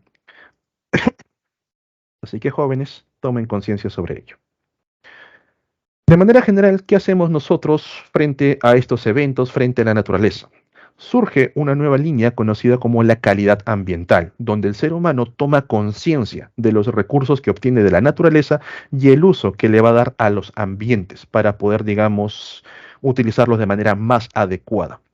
Calidad ambiental se entiende como esta serie de características que abarcan el punto ambiental. Bien, lo principal, por supuesto, social, con la parte de las personas, cultural, bien, para mantener nuestras culturas, nuestras preferencias, y económicas. No podemos dejar atrás a la parte económica, dependemos mucho de la economía para continuar con el progreso. Frente a ello, la calidad ambiental propone que los factores humanos y ambientales trabajen de la mano, que el ser humano no solamente aproveche la naturaleza, sino que trabajen a favor, bien, con la naturaleza. Eso, por ejemplo, también tiene con la disponibilidad de espacios públicos, bien, tiene que ver con este proceso. Ustedes han visto que antiguamente las ciudades crecían de manera horizontal, se expandían y expandían, arrasando bosques, arrasando selvas. Hoy en día la disponibilidad de espacio público está haciendo que las ciudades crezcan hacia arriba y más allá de eso que las ciudades se descentralicen, que puedan separarse las grandes poblaciones para disminuir la densidad y junto con ello pues disminuir la necesidad de recursos en un solo punto, disminuir la eliminación de residuos en un solo punto, bien que tengamos una distribución mucho mejor. La calidad y cantidad de las áreas verdes. Si ustedes se dan cuenta, lugares que tienen áreas verdes, tienen parques, lugares bonitos, hacen que la persona se sienta o se desarrolle mucho mejor frente a lugares que están superpoblados, densamente poblados, con un clima o bueno, con áreas completamente secas, únicamente encuentras asfalto o tierra que tal vez no da ganas incluso de pasar por ahí, te desanima tu día a día. En el caso de las industrias, como te digo, nosotros no podemos eliminar una fuente económica. Quizás muchos piensen que, profe, abajo de las industrias debemos eliminarlas completamente. No es así, ya que generaría un impacto muy fuerte sobre la parte social, sobre la parte cultural. Imagínate que una empresa cierra, ¿qué pasaría con los empleados? Se van a quedar sin trabajo de un momento a otro. Al no tener trabajos, estos empleados tienen una familia a la cual mantener, a la cual sustentar, no podrían llevar alimento a su hogar. Si por ahí los hijos empiezan a enfermar por la desnutrición, no no tendrían dinero para poder atenderlos en lugares, en clínicas, en hospitales, y poco a poco la sociedad colapsaría. Entonces, ¿qué debemos hacer con la empresa? La empresa tiene que mantenerse activa, solamente que debe aprender a regular los residuos que libera, mantener correctamente sus estándares, sus protocolos de liberación de desechos. Quizás sí o sí tengas que producir contaminantes, pero estos contaminantes lo podemos tratar antes de que sean liberados directamente al medio ambiente. Bien. Mejorar la calidad de la vivienda. Señores, el cemento es uno de los compuestos que también más contamina a nivel mundial. Como dato, la industria que más contamina es la industria textil, por si acaso, no es otro tipo de industria. Bien, pero la producción de cementos, la producción de ladrillos, todo ello también tiene un fuerte impacto en la contaminación. Si la calidad de vivienda sigue siendo rústico, muchas de las viviendas rápidamente se desgastan, tienen que nuevamente ser demolidas, otra vez ser reconstruidas, o viene algún tipo de evento y la vivienda colapsa, otra vez tienes que volver a levantarlo. Cuando lo haces con malos materiales, con mala calidad, vas a gastar más y más recursos. En cambio, viviendas hechas con la mejor calidad soportan mucho mejor las condiciones, soportan mucho mejor el paso del tiempo y no van a tener que ser reconstruidas bien, digamos, en mucho mayor tiempo, mejorando de esa manera la disponibilidad de recursos ambientales. Los servicios públicos domiciliarios, bien, a aprender a utilizar los residuos, a aprender el reciclaje, utilizar correctamente los servicios de energía, los servicios eléctricos. Ya hemos visto un paso entre lo que viene a ser, por ejemplo, estas bombillas incandescentes que generaban una luz amarilla, una luz caliente, donde la gran cantidad de energía se perdía bajo la forma de calor, a los focos ahorradores e incluso a los llamados focos LED, los cuales ya no producen calor alguno, no pierden energía bajo la forma de calor, consumen menor energía y generan mayor luz. Igual ocurre con el agua, utilizar correctamente lo que viene a ser el agua, ¿sí? Para poder hacerle frente, por ejemplo, a la escasez que se va a dar pronto.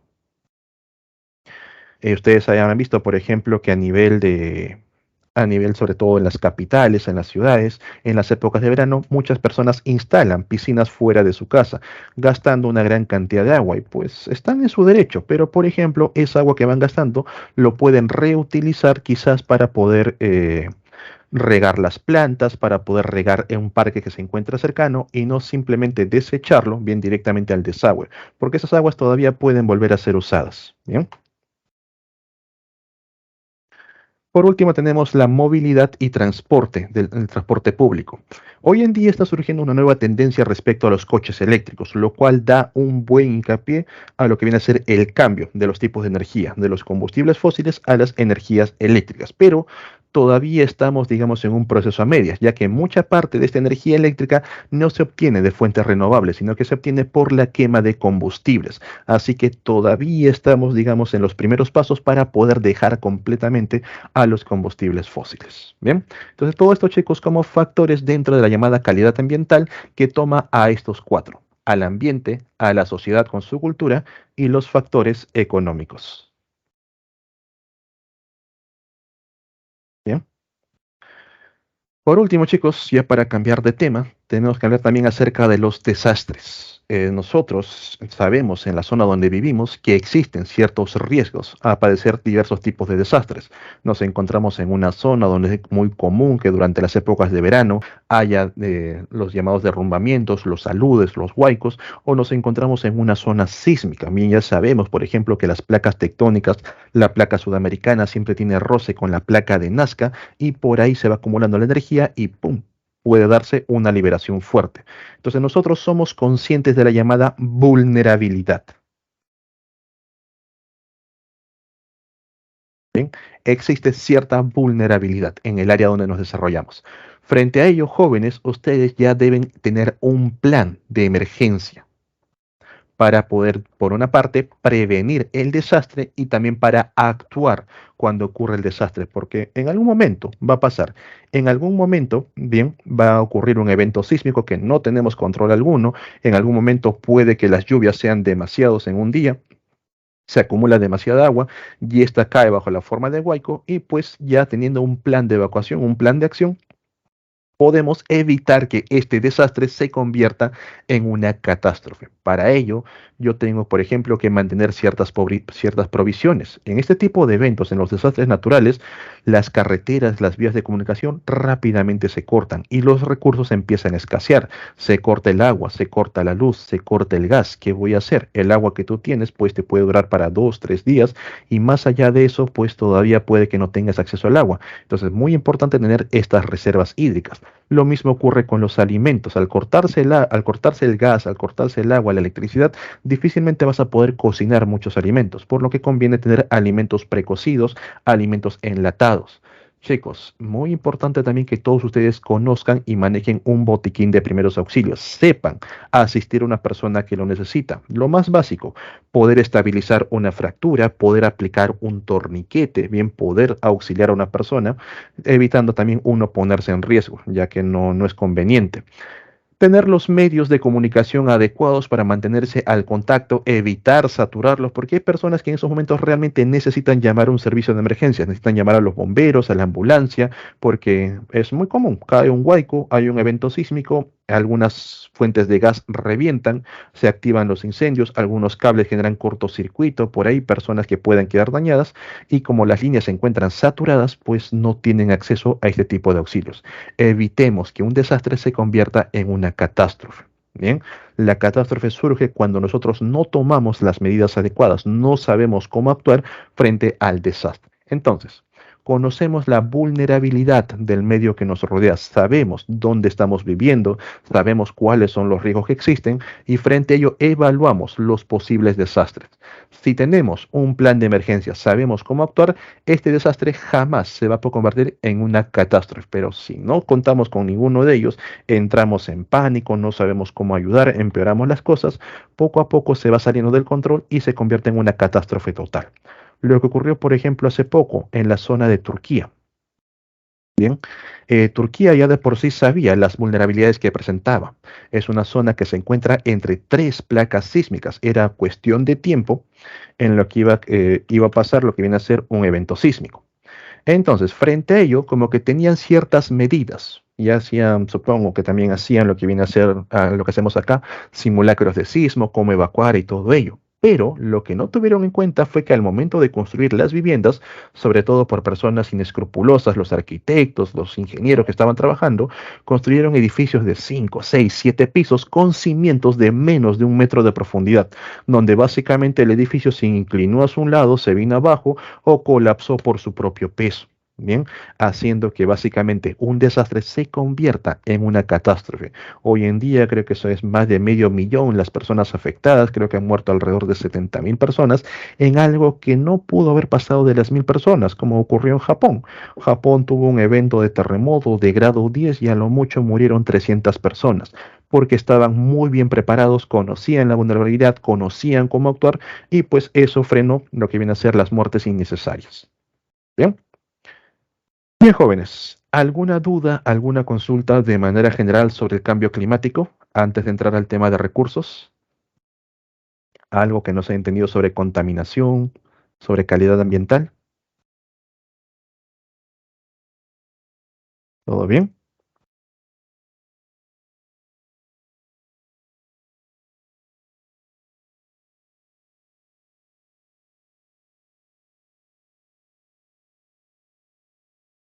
Listo. Bueno, jóvenes, entonces dejamos por aquí a los desastres y a toda esta cosa que sí o sí ustedes van a vivir, chicos. Su generación, pues, va a sufrir directamente las consecuencias. Sus hijos más aún. Se acordarán de mí, chicos, en el año 2070 sobre todo. Van a estar los efectos más fuertes de todo esto. Bien. Y pasamos a lo que viene a ser recursos naturales. Para empezar, ¿qué cosa es un recurso natural? ¿A qué se considera un recurso natural? Viene a ser a todo aquello, todo aquel material que nos otorga la naturaleza y que nosotros podemos explotar, podemos usar. Si nosotros no tenemos acceso a estos materiales, no podemos usarlos, no podemos explotarlos, no son considerados recursos naturales directamente. Bien, por ejemplo, si en la pregunta de admisión me colocan, se ha encontrado un asteroide, bien, que está rodeando la parte de Marte, donde hay presencia de paladio, que es muy importante, bien, ¿qué tipo de recurso es? Automáticamente, sin miedo, no se considera un recurso natural. No tenemos manera alguna de utilizarlo, no podemos explotarlo. Sabemos que está ahí a lo mucho, pero no podemos hacer uso, bien. Quizás a futuro, con la tecnología ya desarrollada, podamos utilizarlo como recurso. Bien, entonces un recurso natural viene a ser aquellos materiales de la naturaleza que están a disposición de nosotros, que podemos usarlos, podemos explotarlos. Frente a ello, tenemos dos tipos de recursos naturales. Los agotables, aquellos que tienen usos limitados y que se pueden agotar en algún momento, y los inagotables, que en términos humanos, en tiempos humanos, van a durar para siempre. ¿Qué cosa vamos a encontrar dentro de los recursos inagotables? Tenemos, por ejemplo, la energía solar. Entender por energía solar tanto la parte térmica como la parte luminosa. Son dos fuentes de energía que provienen del Sol. Yo sé que el Sol algún día se va a extinguir y todo eso se va a convertir en una enana blanca y bien, y se acabó toda la vida, pero hasta que eso pase, la humanidad como especie ya desapareció. Por eso que en términos humanos, en condiciones humanas, es inagotable. ¿Qué más vamos a encontrar por aquí? La energía eólica, la energía de los vientos, que también es producida por el Sol. Encontramos las energías de las mareas, por ejemplo, las energías geotérmicas, las energías geomagnéticas, bien, entre otros. Son fuentes inagotables, van a durar mucho más allá que la humanidad. Bien. Dentro de las fuentes agotables, a su vez, vamos a tener dos tipos. Aquellas que se le llaman no renovables, aquellas que tienen un solo uso y se acabó el recurso, o si quiero volver a usarlo, tengo que deshacer ese primer uso. Por ejemplo, ¿cuál? Los minerales. Los minerales puedo darles un uso. Tengo una barrita de lo que viene a ser una barrita de aluminio. Bien, con esta barrita de aluminio puedo fabricar, no sé, una silla. Bien, y ya me gasté mi barra de aluminio. Si quiero fabricar tal vez por ahí una mesa de aluminio, tengo que deshacer a esta silla y volver a fabricar una mesa. Entonces, el uso básicamente es muy limitado. Bien, si quiero fabricar nuevamente, le tengo que eliminar el primer uso. Aquí también están los de un solo uso, como los combustibles fósiles, el carbón, petróleo, gas natural. Una vez que combustioné el carbón, el petróleo, el gas natural, lo usé para prender mi carro, mi cocina o lo que sea, ya no puedo volver a usarlo. Se acabó, nunca más puede reusarse. Profe, pero el carbono, petróleo y gas natural, estos combustibles fósiles se van produciendo en el centro del planeta. Bien, sí, pero para ello necesitas millones de años, lo cual en términos humanos simplemente no es viable. Bien, es agotable. También encontramos los recursos nucleares, bien, estos elementos que utilizan para producir energía nuclear, bien, los núcleos de uranio, los núcleos de polonio, de plutonio. Simplemente una vez que se agota esta energía producto de la fisión, se acabó. No puede volver a utilizarse hasta dentro de miles de años. Bien, entonces no es renovable. Dentro de los llamados renovables vamos a encontrar dos tipos. Bien, los renovables son recursos que pueden utilizarse una y otra vez. Y aquí vamos a encontrar los llamados renovables verdaderos y los renovables aparentes.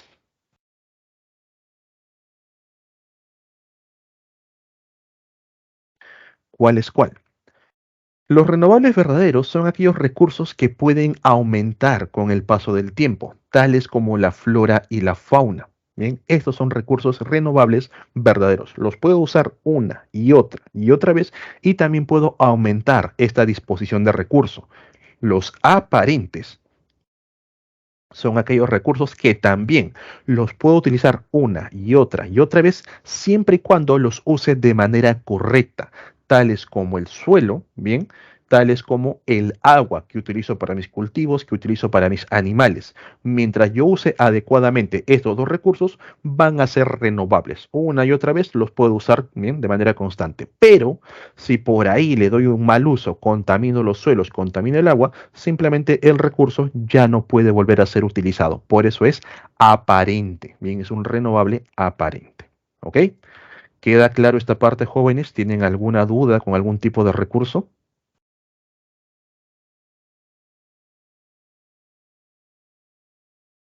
¿Todo bien? tener mucho cuidado de acuerdo... Disculpe. Dime. En caso del aire, puede tener puede ser clasificado en varias formas o es Eh, específico. Como les decía, depende del contexto. Si me hablan del aire como tal, en movimiento y todo eso, eso es energía eólica. Y el aire, pues, siempre permanece en movimiento, básicamente es inagotable. Pero si, por ejemplo, me hablan del aire como composición, supongamos que yo tengo una empresa que está gastando oxígeno del aire. El oxígeno en algún momento se va a acabar si no lo uso adecuadamente. Entonces es renovable aparente. Bien, si empieza a contaminar el aire poco a poco, va a llegar un punto en que ya no es viable, no se puede utilizar más ese aire y pues como no lo usé correctamente, se agotó. Bien, va a depender del contexto, jóvenes. ¿Bien? Ok, profesor, gracias. Lo mismo ocurre con el agua, o sea, yo tengo la energía de las mareas, agua de manera general, bien, pero también tengo el agua como recurso renovable, agua que utilizo para cultivos, que utilizo para que puedan beber mis animales. Mientras los use, pues renovable aparente. Si los uso para dar energía, es inagotable, el agua nunca se va a acabar de esa manera. ¿Bien? Ok, entonces jóvenes, va a ser muy importante que todos nosotros tengamos una conciencia en cuanto a la conservación del medio ambiente, en cuanto a la conservación de los ecosistemas, porque dependemos directamente de todo este tipo de recursos para nuestras actividades del día a día. Es por eso que se plantea una serie de razones para proteger a los ecosistemas. Tenemos razones científicas. La diversidad de los seres vivos constituye una de las más importantes condiciones de equilibrio para el ambiente. Ya les mostré la gráfica, el ser humano se encuentra abajo, depende todo el ambiente para continuar con su desarrollo. Si seguimos eliminando organismos, vamos cortando cuerda por cuerda, en algún momento el organismo top, o sea nosotros, nos extinguimos. Razones estéticas. Ustedes han visto cómo los parques, estos lugares son muy bonitos para pasar un fin de semana, para irse de viaje por ahí, observarlos, disfrutarlos, y lo cual es correcto. Bien, tenemos este tipo, digamos, de necesidad de disfrutar de un ambiente tranquilo, apaciguable, y por supuesto que esto que nosotros hacemos también lo deberían disfrutar las generaciones futuras. Entonces debemos aprender a conservarlos para que otras personas también lo puedan gozar. Les colocaba el caso del Pastoruri. Bien, quizás muchos de ustedes, si nunca han ido al Pastoruri, ahora que van hoy en día, pues simplemente lo van a ver de lejos, van a tomarse una foto y se acabó. O por ejemplo, la gran barrera de coral de Australia, la cual poco a poco está desapareciendo, quizás en los próximos 5 o 6 años ya no exista esta barrera de coral y ninguno de ustedes posiblemente lo conozca de manera directa. Bien, por razones éticas. Todos los seres vivos tienen derecho de convivir sin riesgo de pérdida de hábitat por acción humana.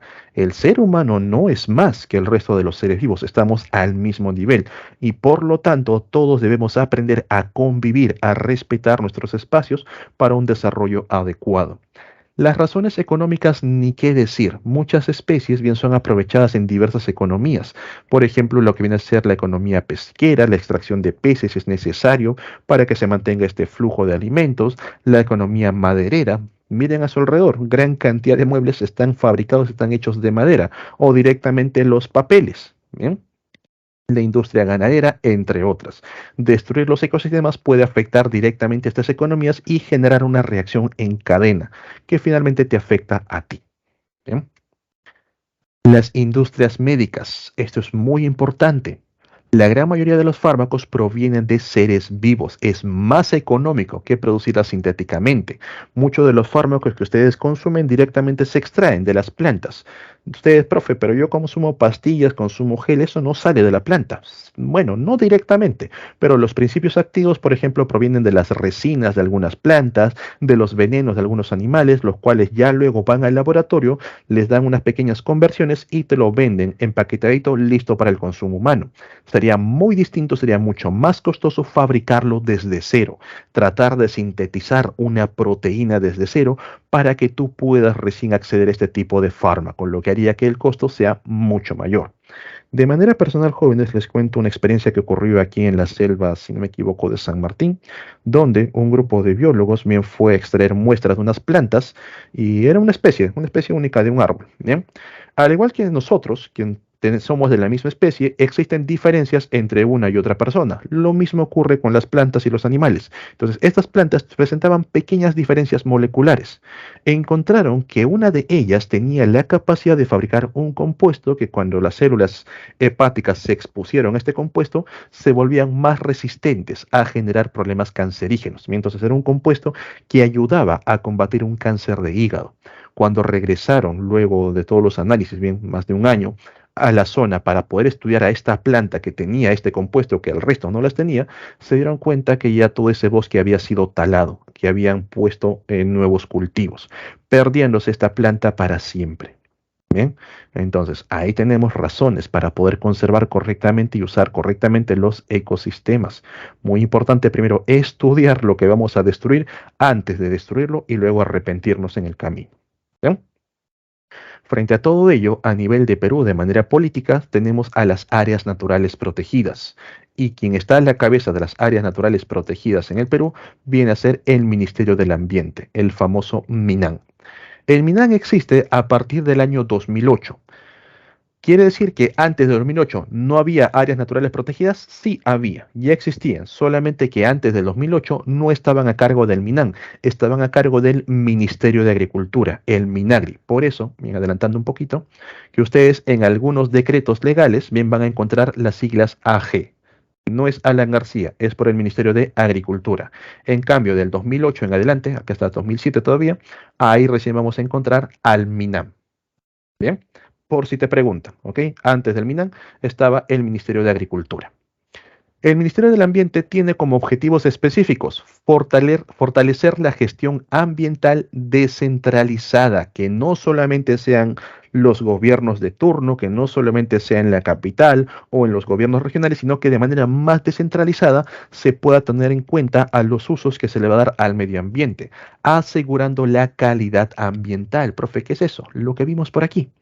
Todo esto, que tanto el ser humano como la parte ambiental puedan trabajar de la mano de manera adecuada. Bien.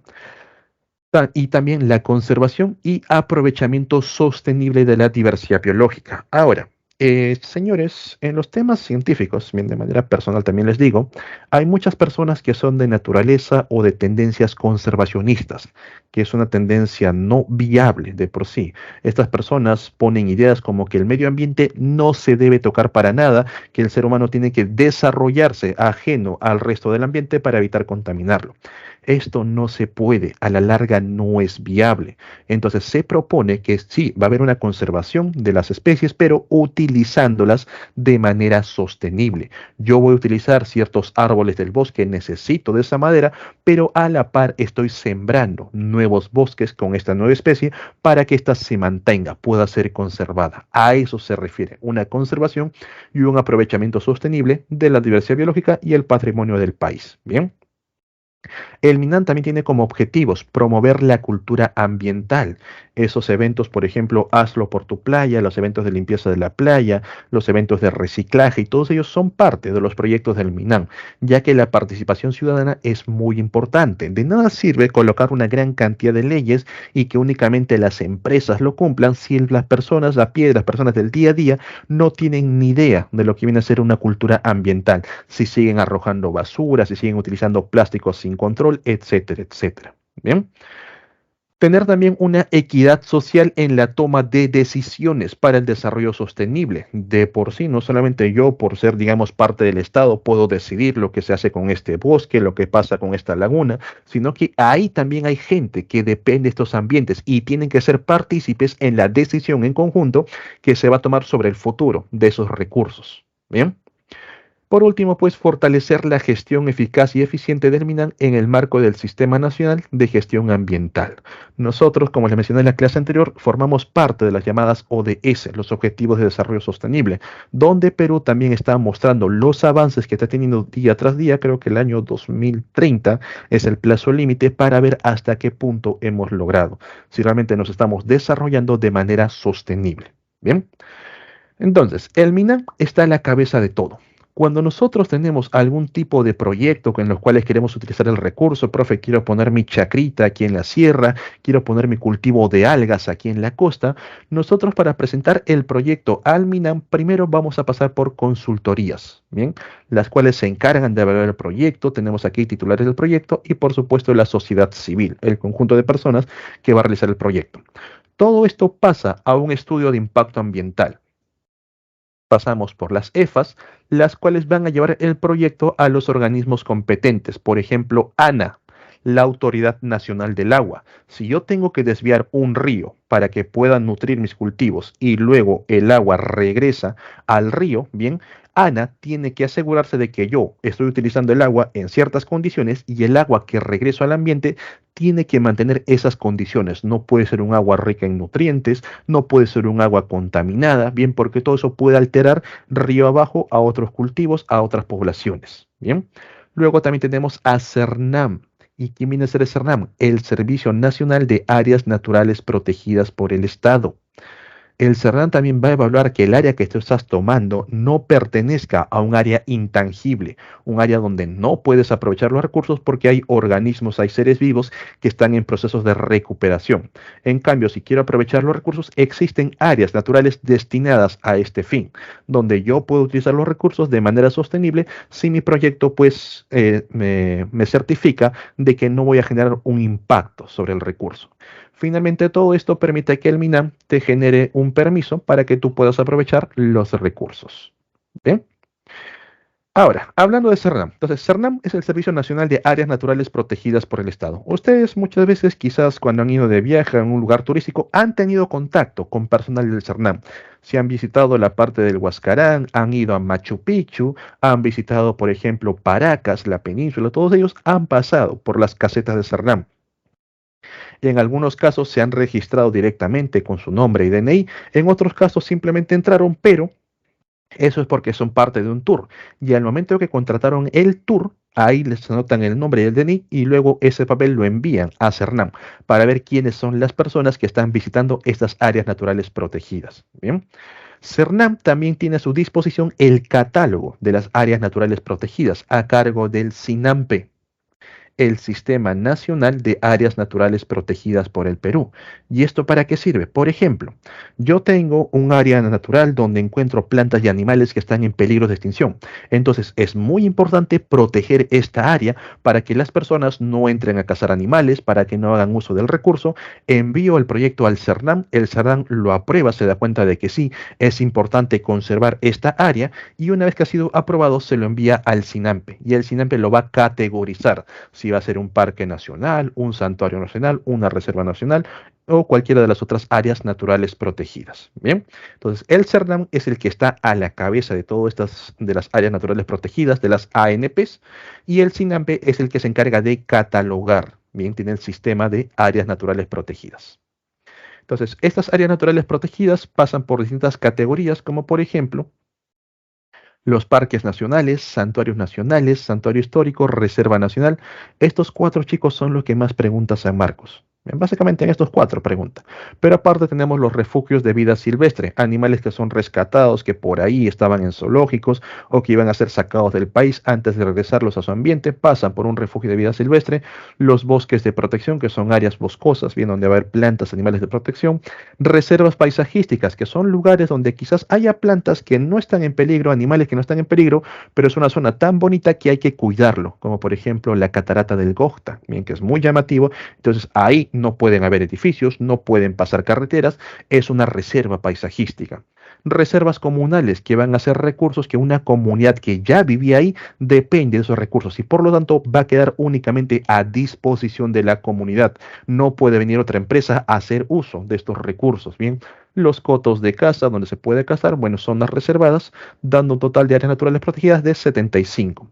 Áreas de conservación regional que vienen a ser 25 y conservación privada que vienen a ser 147. 148 ahora último, si no mal recuerdo. Profe, ¿por qué las áreas de conservación privada son mayores que el resto? Porque las áreas de conservación privada son áreas muy pequeñas que pueden ser parques, que pueden ser algunas ¿cómo le llaman a esto? Algunos viveros, bien que sí le pertenecen a una persona, pero sigue siendo un área de conservación. Por ejemplo, el Parque de las Leyendas, el Zoológico de Huachipa, los zoológicos que tenemos en distintos lugares. También se consideran área de conservación de manera privada. Bien. Ahora, jóvenes, veamos estos cuatro, que son los que más preguntan. Empezamos con los parques nacionales. ¿Qué caracteriza a un parque nacional? Vamos a colocarlo por aquí. Bien. Ahí en la lista pueden ver algunos de los parques nacionales. Tranquilos, chicos, no les van a preguntar por ello. Bien. Deben conocer algunos importantes, han viajado, pero deben saber las características de un parque nacional. Entonces, un parque nacional, bien, número uno, el área. Son áreas enormes, son áreas muy extensas, áreas muy grandes. En cuanto al acceso, bien, el acceso es intangible. Ustedes no pueden ingresar si no tienen permiso a un parque nacional. El único acceso que se puede dar viene a ser con fines científicos, siempre y cuando no vayan a dañar el ambiente, y también con fines turísticos. Y es así la forma como muchos han entrado a a estas, bueno, estas áreas. Bien. Han ido tal vez al bosque del Manu, han ido a Yanachaga Chemillén o por ejemplo a la Cordillera Azul y han entrado de manera turística. En cuanto a los recursos, no se pueden usar, no tienes acceso a los recursos. Señores, tengan mucho cuidado cuando van a un parque nacional. Hay una serie de normas que muchas veces no te dicen, pero están escritas y es tu obligación leerlas. Si intentas llevarte algo por ahí, un recuerdo, una plantita, un animalito, una piedrita, está prohibido. Si el personal de Cernam te captura infraganti, bien que te estás llevando algo, te van a poner una multa muy grande. Así que cuando visites estas zonas, no dejes algo y tampoco te lleves algo. Bien, no dejes basura, que también está prohibido. No intentes tomar fotos de riesgo por ahí apoyándote en algunas plantas en los árboles. Mantente dentro del camino, porque créanme que es todo un tema bastante tedioso si ustedes entran en conflictos con las áreas naturales protegidas. La multa es muy grande de por sí. Bien, entonces Parque Nacional, áreas enormes, acceso intangible, únicamente con permisos con fines científicos o turísticos. Los recursos no se pueden usar. Y al ser áreas enormes, los parques nacionales protegen ecosistemas. Bien. Luego tenemos a lo que viene a ser los santuarios nacionales. Vamos a borrar Machu Picchu. Ya lo con. Dime. Profe, disculpe, ¿puede retroceder la anterior diapositiva para tomarle captura? Claro, ahí, listo. Avanzamos rápido, chicos, que se me va el tiempo. Sí, gracias, Ok. profe. Luego tenemos santuarios nacionales. Bien, borré Machu Picchu, nada más, es una imagen. Y aquí vamos a copiar lo mismo para simplemente volver a llenar. Entonces, ¿qué ocurre en un santuario nacional? En un santuario nacional las áreas no son enormes, son áreas pequeñas a comparación de los parques nacionales. No se protegen ecosistemas, se protegen poblaciones o a lo mucho comunidades. Bien. El resto sigue siendo lo mismo. El área, el acceso a un santuario nacional es intangible. Tú no puedes ingresar, a menos que tengas permisos con fines científicos o fines turísticos. Los recursos tampoco se pueden usar. Entonces, profe, ¿por qué no viene a ser un parque nacional? A veces hay zonas donde únicamente se tiene que proteger a una especie o a un conjunto de especies y entonces no hace falta crear un parque enorme para proteger a todo el ecosistema. Bien, el resto del ecosistema se puede utilizar, se puede emplear. Únicamente protegemos el área pequeña. Ahí se desarrolla un santuario nacional. Bien. Un santuario histórico, por su parte, no tiene mucho que ver con las reservas ni nada de ello. Un santuario histórico, bien, es un lugar natural donde ocurrió un evento histórico. Tiene que ser natural. Por ejemplo, profe, ¿por qué la Plaza de Armas, bien de mi ciudad, no es un santuario histórico? Porque no es natural, está completamente modificado. Bien, en cambio, Machu Picchu, Chacamarca, la Pampa de Ayacucho, bien, todos ellos son lugares donde han ocurrido eventos históricos, donde se han desarrollado algunas culturas. Bien, entonces, un santuario histórico es un lugar natural, y esta es la palabra importante, donde ocurrió un evento histórico. Bien. Toma el screen, pasamos a la siguiente.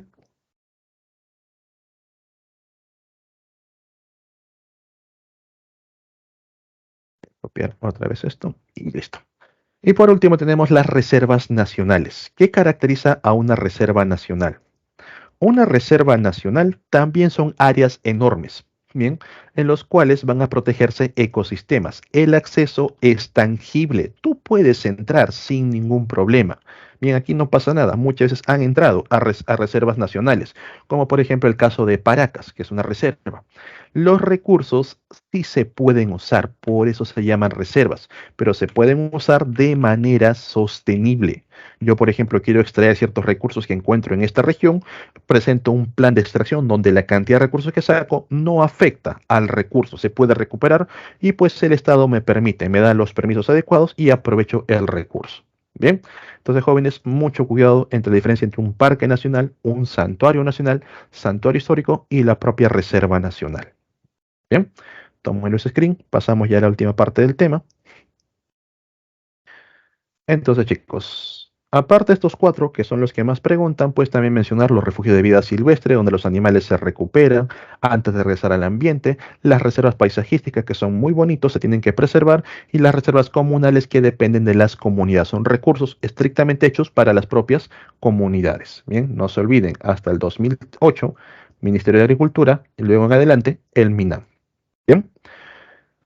De manera general, Perú tiene una gran cantidad de las llamadas reservas de biosfera, que son áreas donde la parte ambiental, los ambientes terrestres acuáticos, bien, son creados para promover una relación equilibrada con los seres humanos. Básicamente son ambientes donde el ser humano y la naturaleza conviven de manera armoniosa, de manera perfecta.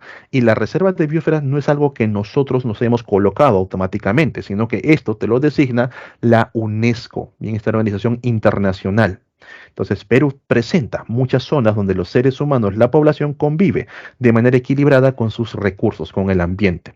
Perú es uno de los 10 países megadiversos que existen en el mundo, al igual que Colombia, al igual que México, al igual que Brasil, que son otros de los países, donde nosotros contamos con 84 de las 104 zonas de vida. Chicos, esto es de manera general, no hace falta grabarlo, bien, simplemente saber que Perú es muy megadiverso, 8 de las provincias biogeográficas gracias al sistema de cordilleras que genera pisos altitudinales separando diversos climas, diversos ecosistemas. Algo muy importante es que Perú contiene una reserva hídrica muy grande, tres grandes cuencas hidrográficas, 12.000 lagos, 1.000 ríos, bien 3.000 glaciares, lo que hace que Perú sea uno de los últimos países en perder sus reservas de agua dulce. Lo que sí va a perder es Lima, por si acaso, pero Perú de manera general está muy bien posicionado en la zona de los Andes, donde hay una gran cantidad de reserva de agua dulce. Por último, jóvenes, para entender el cuidado que nosotros realizamos con el medio ambiente, no se olviden de las tres reglas: reducir, reutilizar y reciclar. Reducir el consumo innecesario de recursos. Si no lo necesitamos, simplemente no lo consumimos. Y a mí, por ejemplo, de lo personal, me da cólera mucho esos videos donde malgastan los recursos, simplemente utilizan, botan, rompen, cuando puede ser mejor utilizado. A la larga, esto va a generar un costo a toda la población humana. Reducir el consumo de energías no necesarias, cambiar los focos incandescentes por focos ahorradores, por focos LED, reducir lo que viene a ser el consumo innecesario de agua, aprovecharlo al máximo antes de desperdiciarlo por el desagüe. Reutilizar, darle un nuevo uso. Bien, a los productos que ya, digamos, ya cumplieron el uso. En el caso de la ropa, ya no nos entra, todavía es una ropa nueva, o ya estamos, hace demasiado calor, profe, en invierno también hace calor, tenemos sábanas frazadas que nos sobran, podemos donarlo a personas que realmente lo necesitan en lugar de estar botándolo, porque la industria textil, te repito, es una de las que más contaminan. Las botellas de plástico, utilicé, me compré una botellita, una gaseosa, bien, ya consumí este recurso, pero puedo utilizar la botella para nuevamente llenarlo con agua, con un refresco. Lo estoy volviendo a utilizar. Los papeles, ¿bien? Yo imprimí una serie de documentos, pero ya los documentos ya pasaron, ya fueron un informe de colegio. La parte de atrás todavía está limpio. Puedo utilizarlo como blog para resolver mis problemas de matemática, etcétera. Entonces estamos reutilizando el recurso. Reciclar es cambiarle el uso. Por ejemplo, mi botellita, ya lo usé bien para tomar agua, ya no la necesito para tomar agua, puedo fabricar un macetero a partir de ello, puedo fabricar un portalápices para guardar mis colores, etcétera. Eso es reciclar. Mucho cuidado, bien, reutilizar es volver a usar el material, bien, darle un uso una y otra vez, y reciclar es básicamente darle otro fin, un nuevo uso distinto al original. Tener mucho cuidado, jóvenes, ya de manera personal, con la cultura del papel, que es una cultura light. Se le llama así a estas culturas de moda que surgen sin ningún tipo de sustento, claro, en las cuales, profe, está prohibido usar plástico, que esto, que el otro, usemos papel para todo. El plástico es un gran elemento, de por sí es un elemento que se puede reutilizar muchas veces, es un elemento muy resistente y contiene muy bien a los líquidos. El papel no. Te llama mucho la atención que sea biodegradable y todo ello, pero realmente implica un costo mayor. Fabricar tantas bolsas de papel va a tener un impacto muy fuerte sobre los bosques en sí. Y ustedes pueden encontrar estas bolsas de papel que no duran mucho, apenas se mojan o por ahí cargan algo pesado y la bolsa se rompe. En cambio, si yo tengo mi bolsa de plástico, ese plástico grueso de varios usos, ese plástico de mercado lo uso una y otra y otra y otra vez. Están saliendo ahora a la venta botellas de papel que también tienen un solo uso. Los humedeces, el labio rosa constantemente y ya no cierra correctamente y lo tienes que botar. Mientras que una botella de plástico lo puedes utilizar varias veces. Entonces, el problema no es el material, el problema es que nosotros no tenemos esa conciencia para reutilizar correctamente el material. Bien. Tengan mucho cuidado, chicos, con esa nueva cultura de papel, porque realmente es peor que el plástico en sí. Y estoy en contra de los plásticos de un solo uso, eso sí, bolsas muy delgadas, las cañitas que simplemente lo usas y se botan. Pero, por ejemplo, si yo tengo necesidad de cañitas porque tengo problemas de espalda, no puedo agacharme mucho, hay cañitas de metal que vienen con una finita escobilla para poder limpiarlas y utilizarlas una y otra vez. Bien, las cañitas que ahora te dan de papel, básicamente un solo uso y se acabó. Y la naturaleza tiene que pagar todo este recurso nuevamente. Bien, jóvenes, hasta aquí sería la clase por el día de hoy. Bien, bueno, ya de por sí nuestra última clase, creo que todavía hay una clase de reforzamiento, no me han explicado muy bien cómo va, pero bueno, en lo general, chicos, desearles los mejores éxitos en su vida, en el examen de admisión, creo que este fin de semana tienen examen, darle el mayor esfuerzo que puedan y si pues por A o B no consiguen su objetivo, chicos, no desanimarse. Bien, intentarlo una y otra vez. Quien les habla aquí presente, por ejemplo, postuló 3 veces a San Marcos para recién poder ingresar. Bien, cuídense bastante, chicos. Estudien un montón. Éxitos en todos. Hasta una próxima oportunidad. Chao, chao.